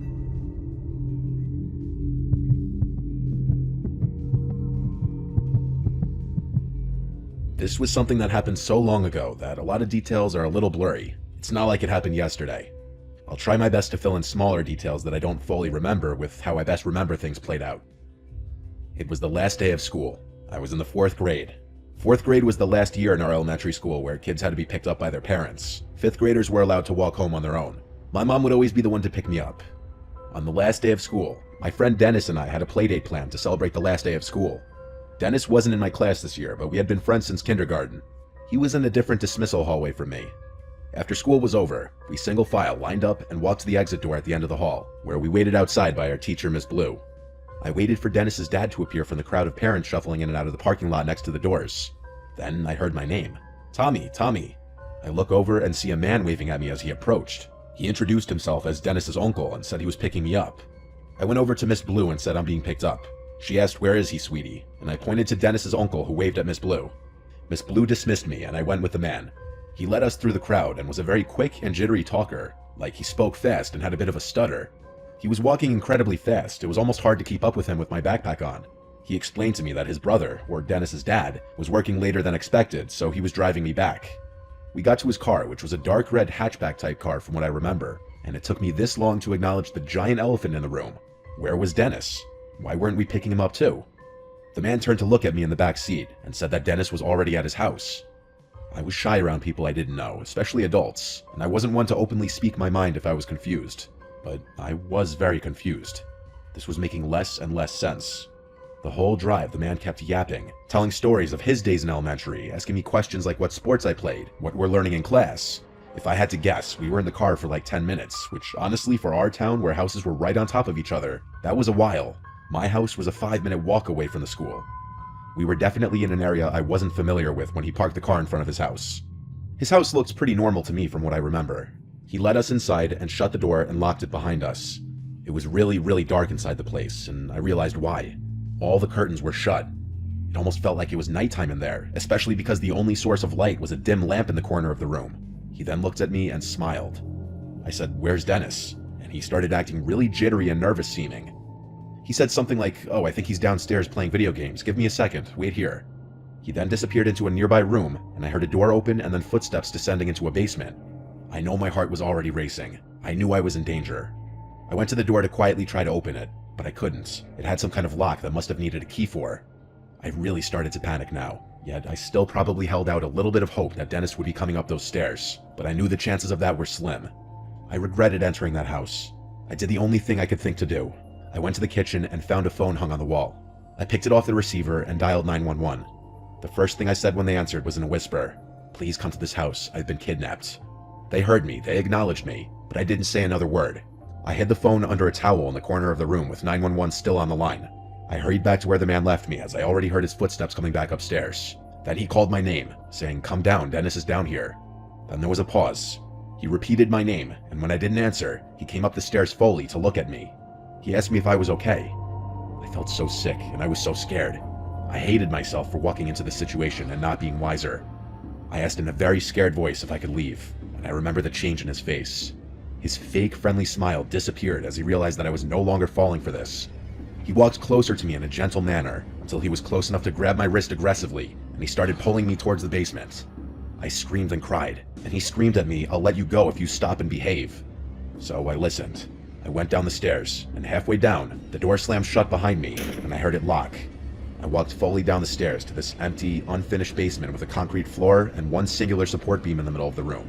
There was a depressing yellow glow in the room from one exposed light bulb hanging on the ceiling. If there was a place you'd imagine kidnapped children to go, this would be it. I heard his heavy footsteps upstairs. You could hear everything in this house. I don't know what he was doing, but I heard him walking around for a while. Then he came to the basement door, opened it, and he called down asking if I'm hungry. I replied no. I didn't want him going into the kitchen seeing the missing phone. He shut the door and locked it again. I sat down there, waiting, with my heart in my throat, and then I heard it. The doorbell ringing 3 times from upstairs, followed by banging sounds, which were definitely the sounds of police banging on the door.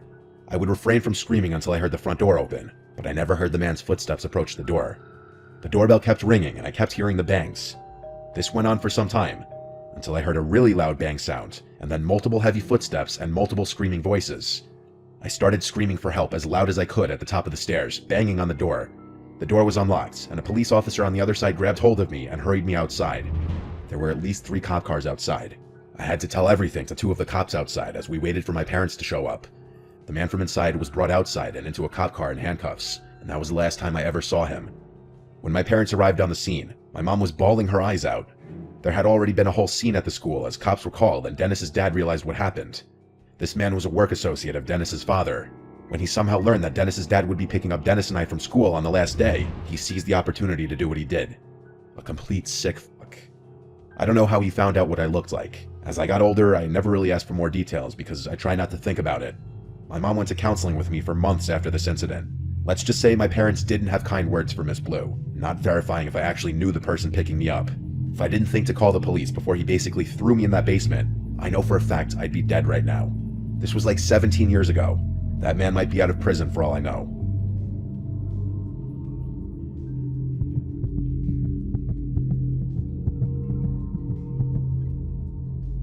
It was New Year's Eve of 2020, and all of us were ready for this horrible year to be over. My friend Logan was throwing a house party. I arrived early to help set things up. I secured a spot to sleep in his parents' room, meaning I could drive to the party and drink without having to worry about driving home. His parents obviously weren't home for the night. Most of our close friends in our friend group came, plus a bunch of Logan's friends who I didn't know. The party was fun. At midnight, everyone screamed Happy New Year and cheers their drinks. After that, people slowly started circulating out and the party started to quiet down, as people went to either other parties, bars, or home. The later the night got, the more it became just the closer friends staying behind until it just turned into a chill drinking session in the living room. This went on late into the night. It was likely 3 a.m. when the last of everyone who wasn't sleeping at Logan's house was gone. As it quieted down, we started hearing this occasional sound. At first we didn't know what it was, but it soon started to sound like a creaking sound. It was dismissed as a sound from the fridge or something at first, which I know sounds stupid, but house appliances often make weird noises. It was just Logan, me, and Cody. Cody was falling asleep on the couch already. It was reaching that time where we were just going to go to sleep. However, eventually we got so bothered by the noise that we had to search. We went to the kitchen, and it wasn't coming from in there. We realized when we were close to the basement door that it was coming from downstairs. Logan opened the door, and we heard this creaking sound.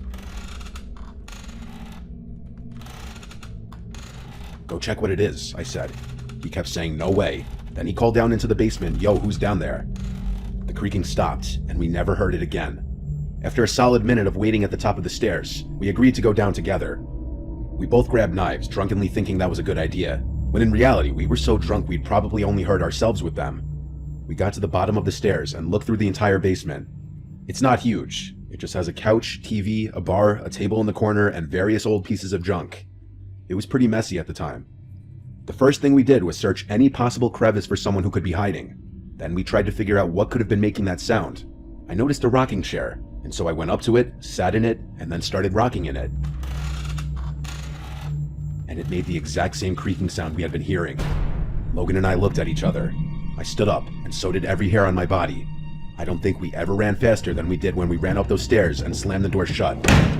We tried to come up with any logical explanation, but there was none. He kept the basement door locked for days until his parents came back. There was no living soul down there, but something was moving that rocking chair. That rocking chair used to belong to his grandma who passed away forever ago, and it's just something his mom held onto for sentimental reasons. I can't say I've ever experienced anything resembling the paranormal before this, nor since then. It still sends chills down my spine.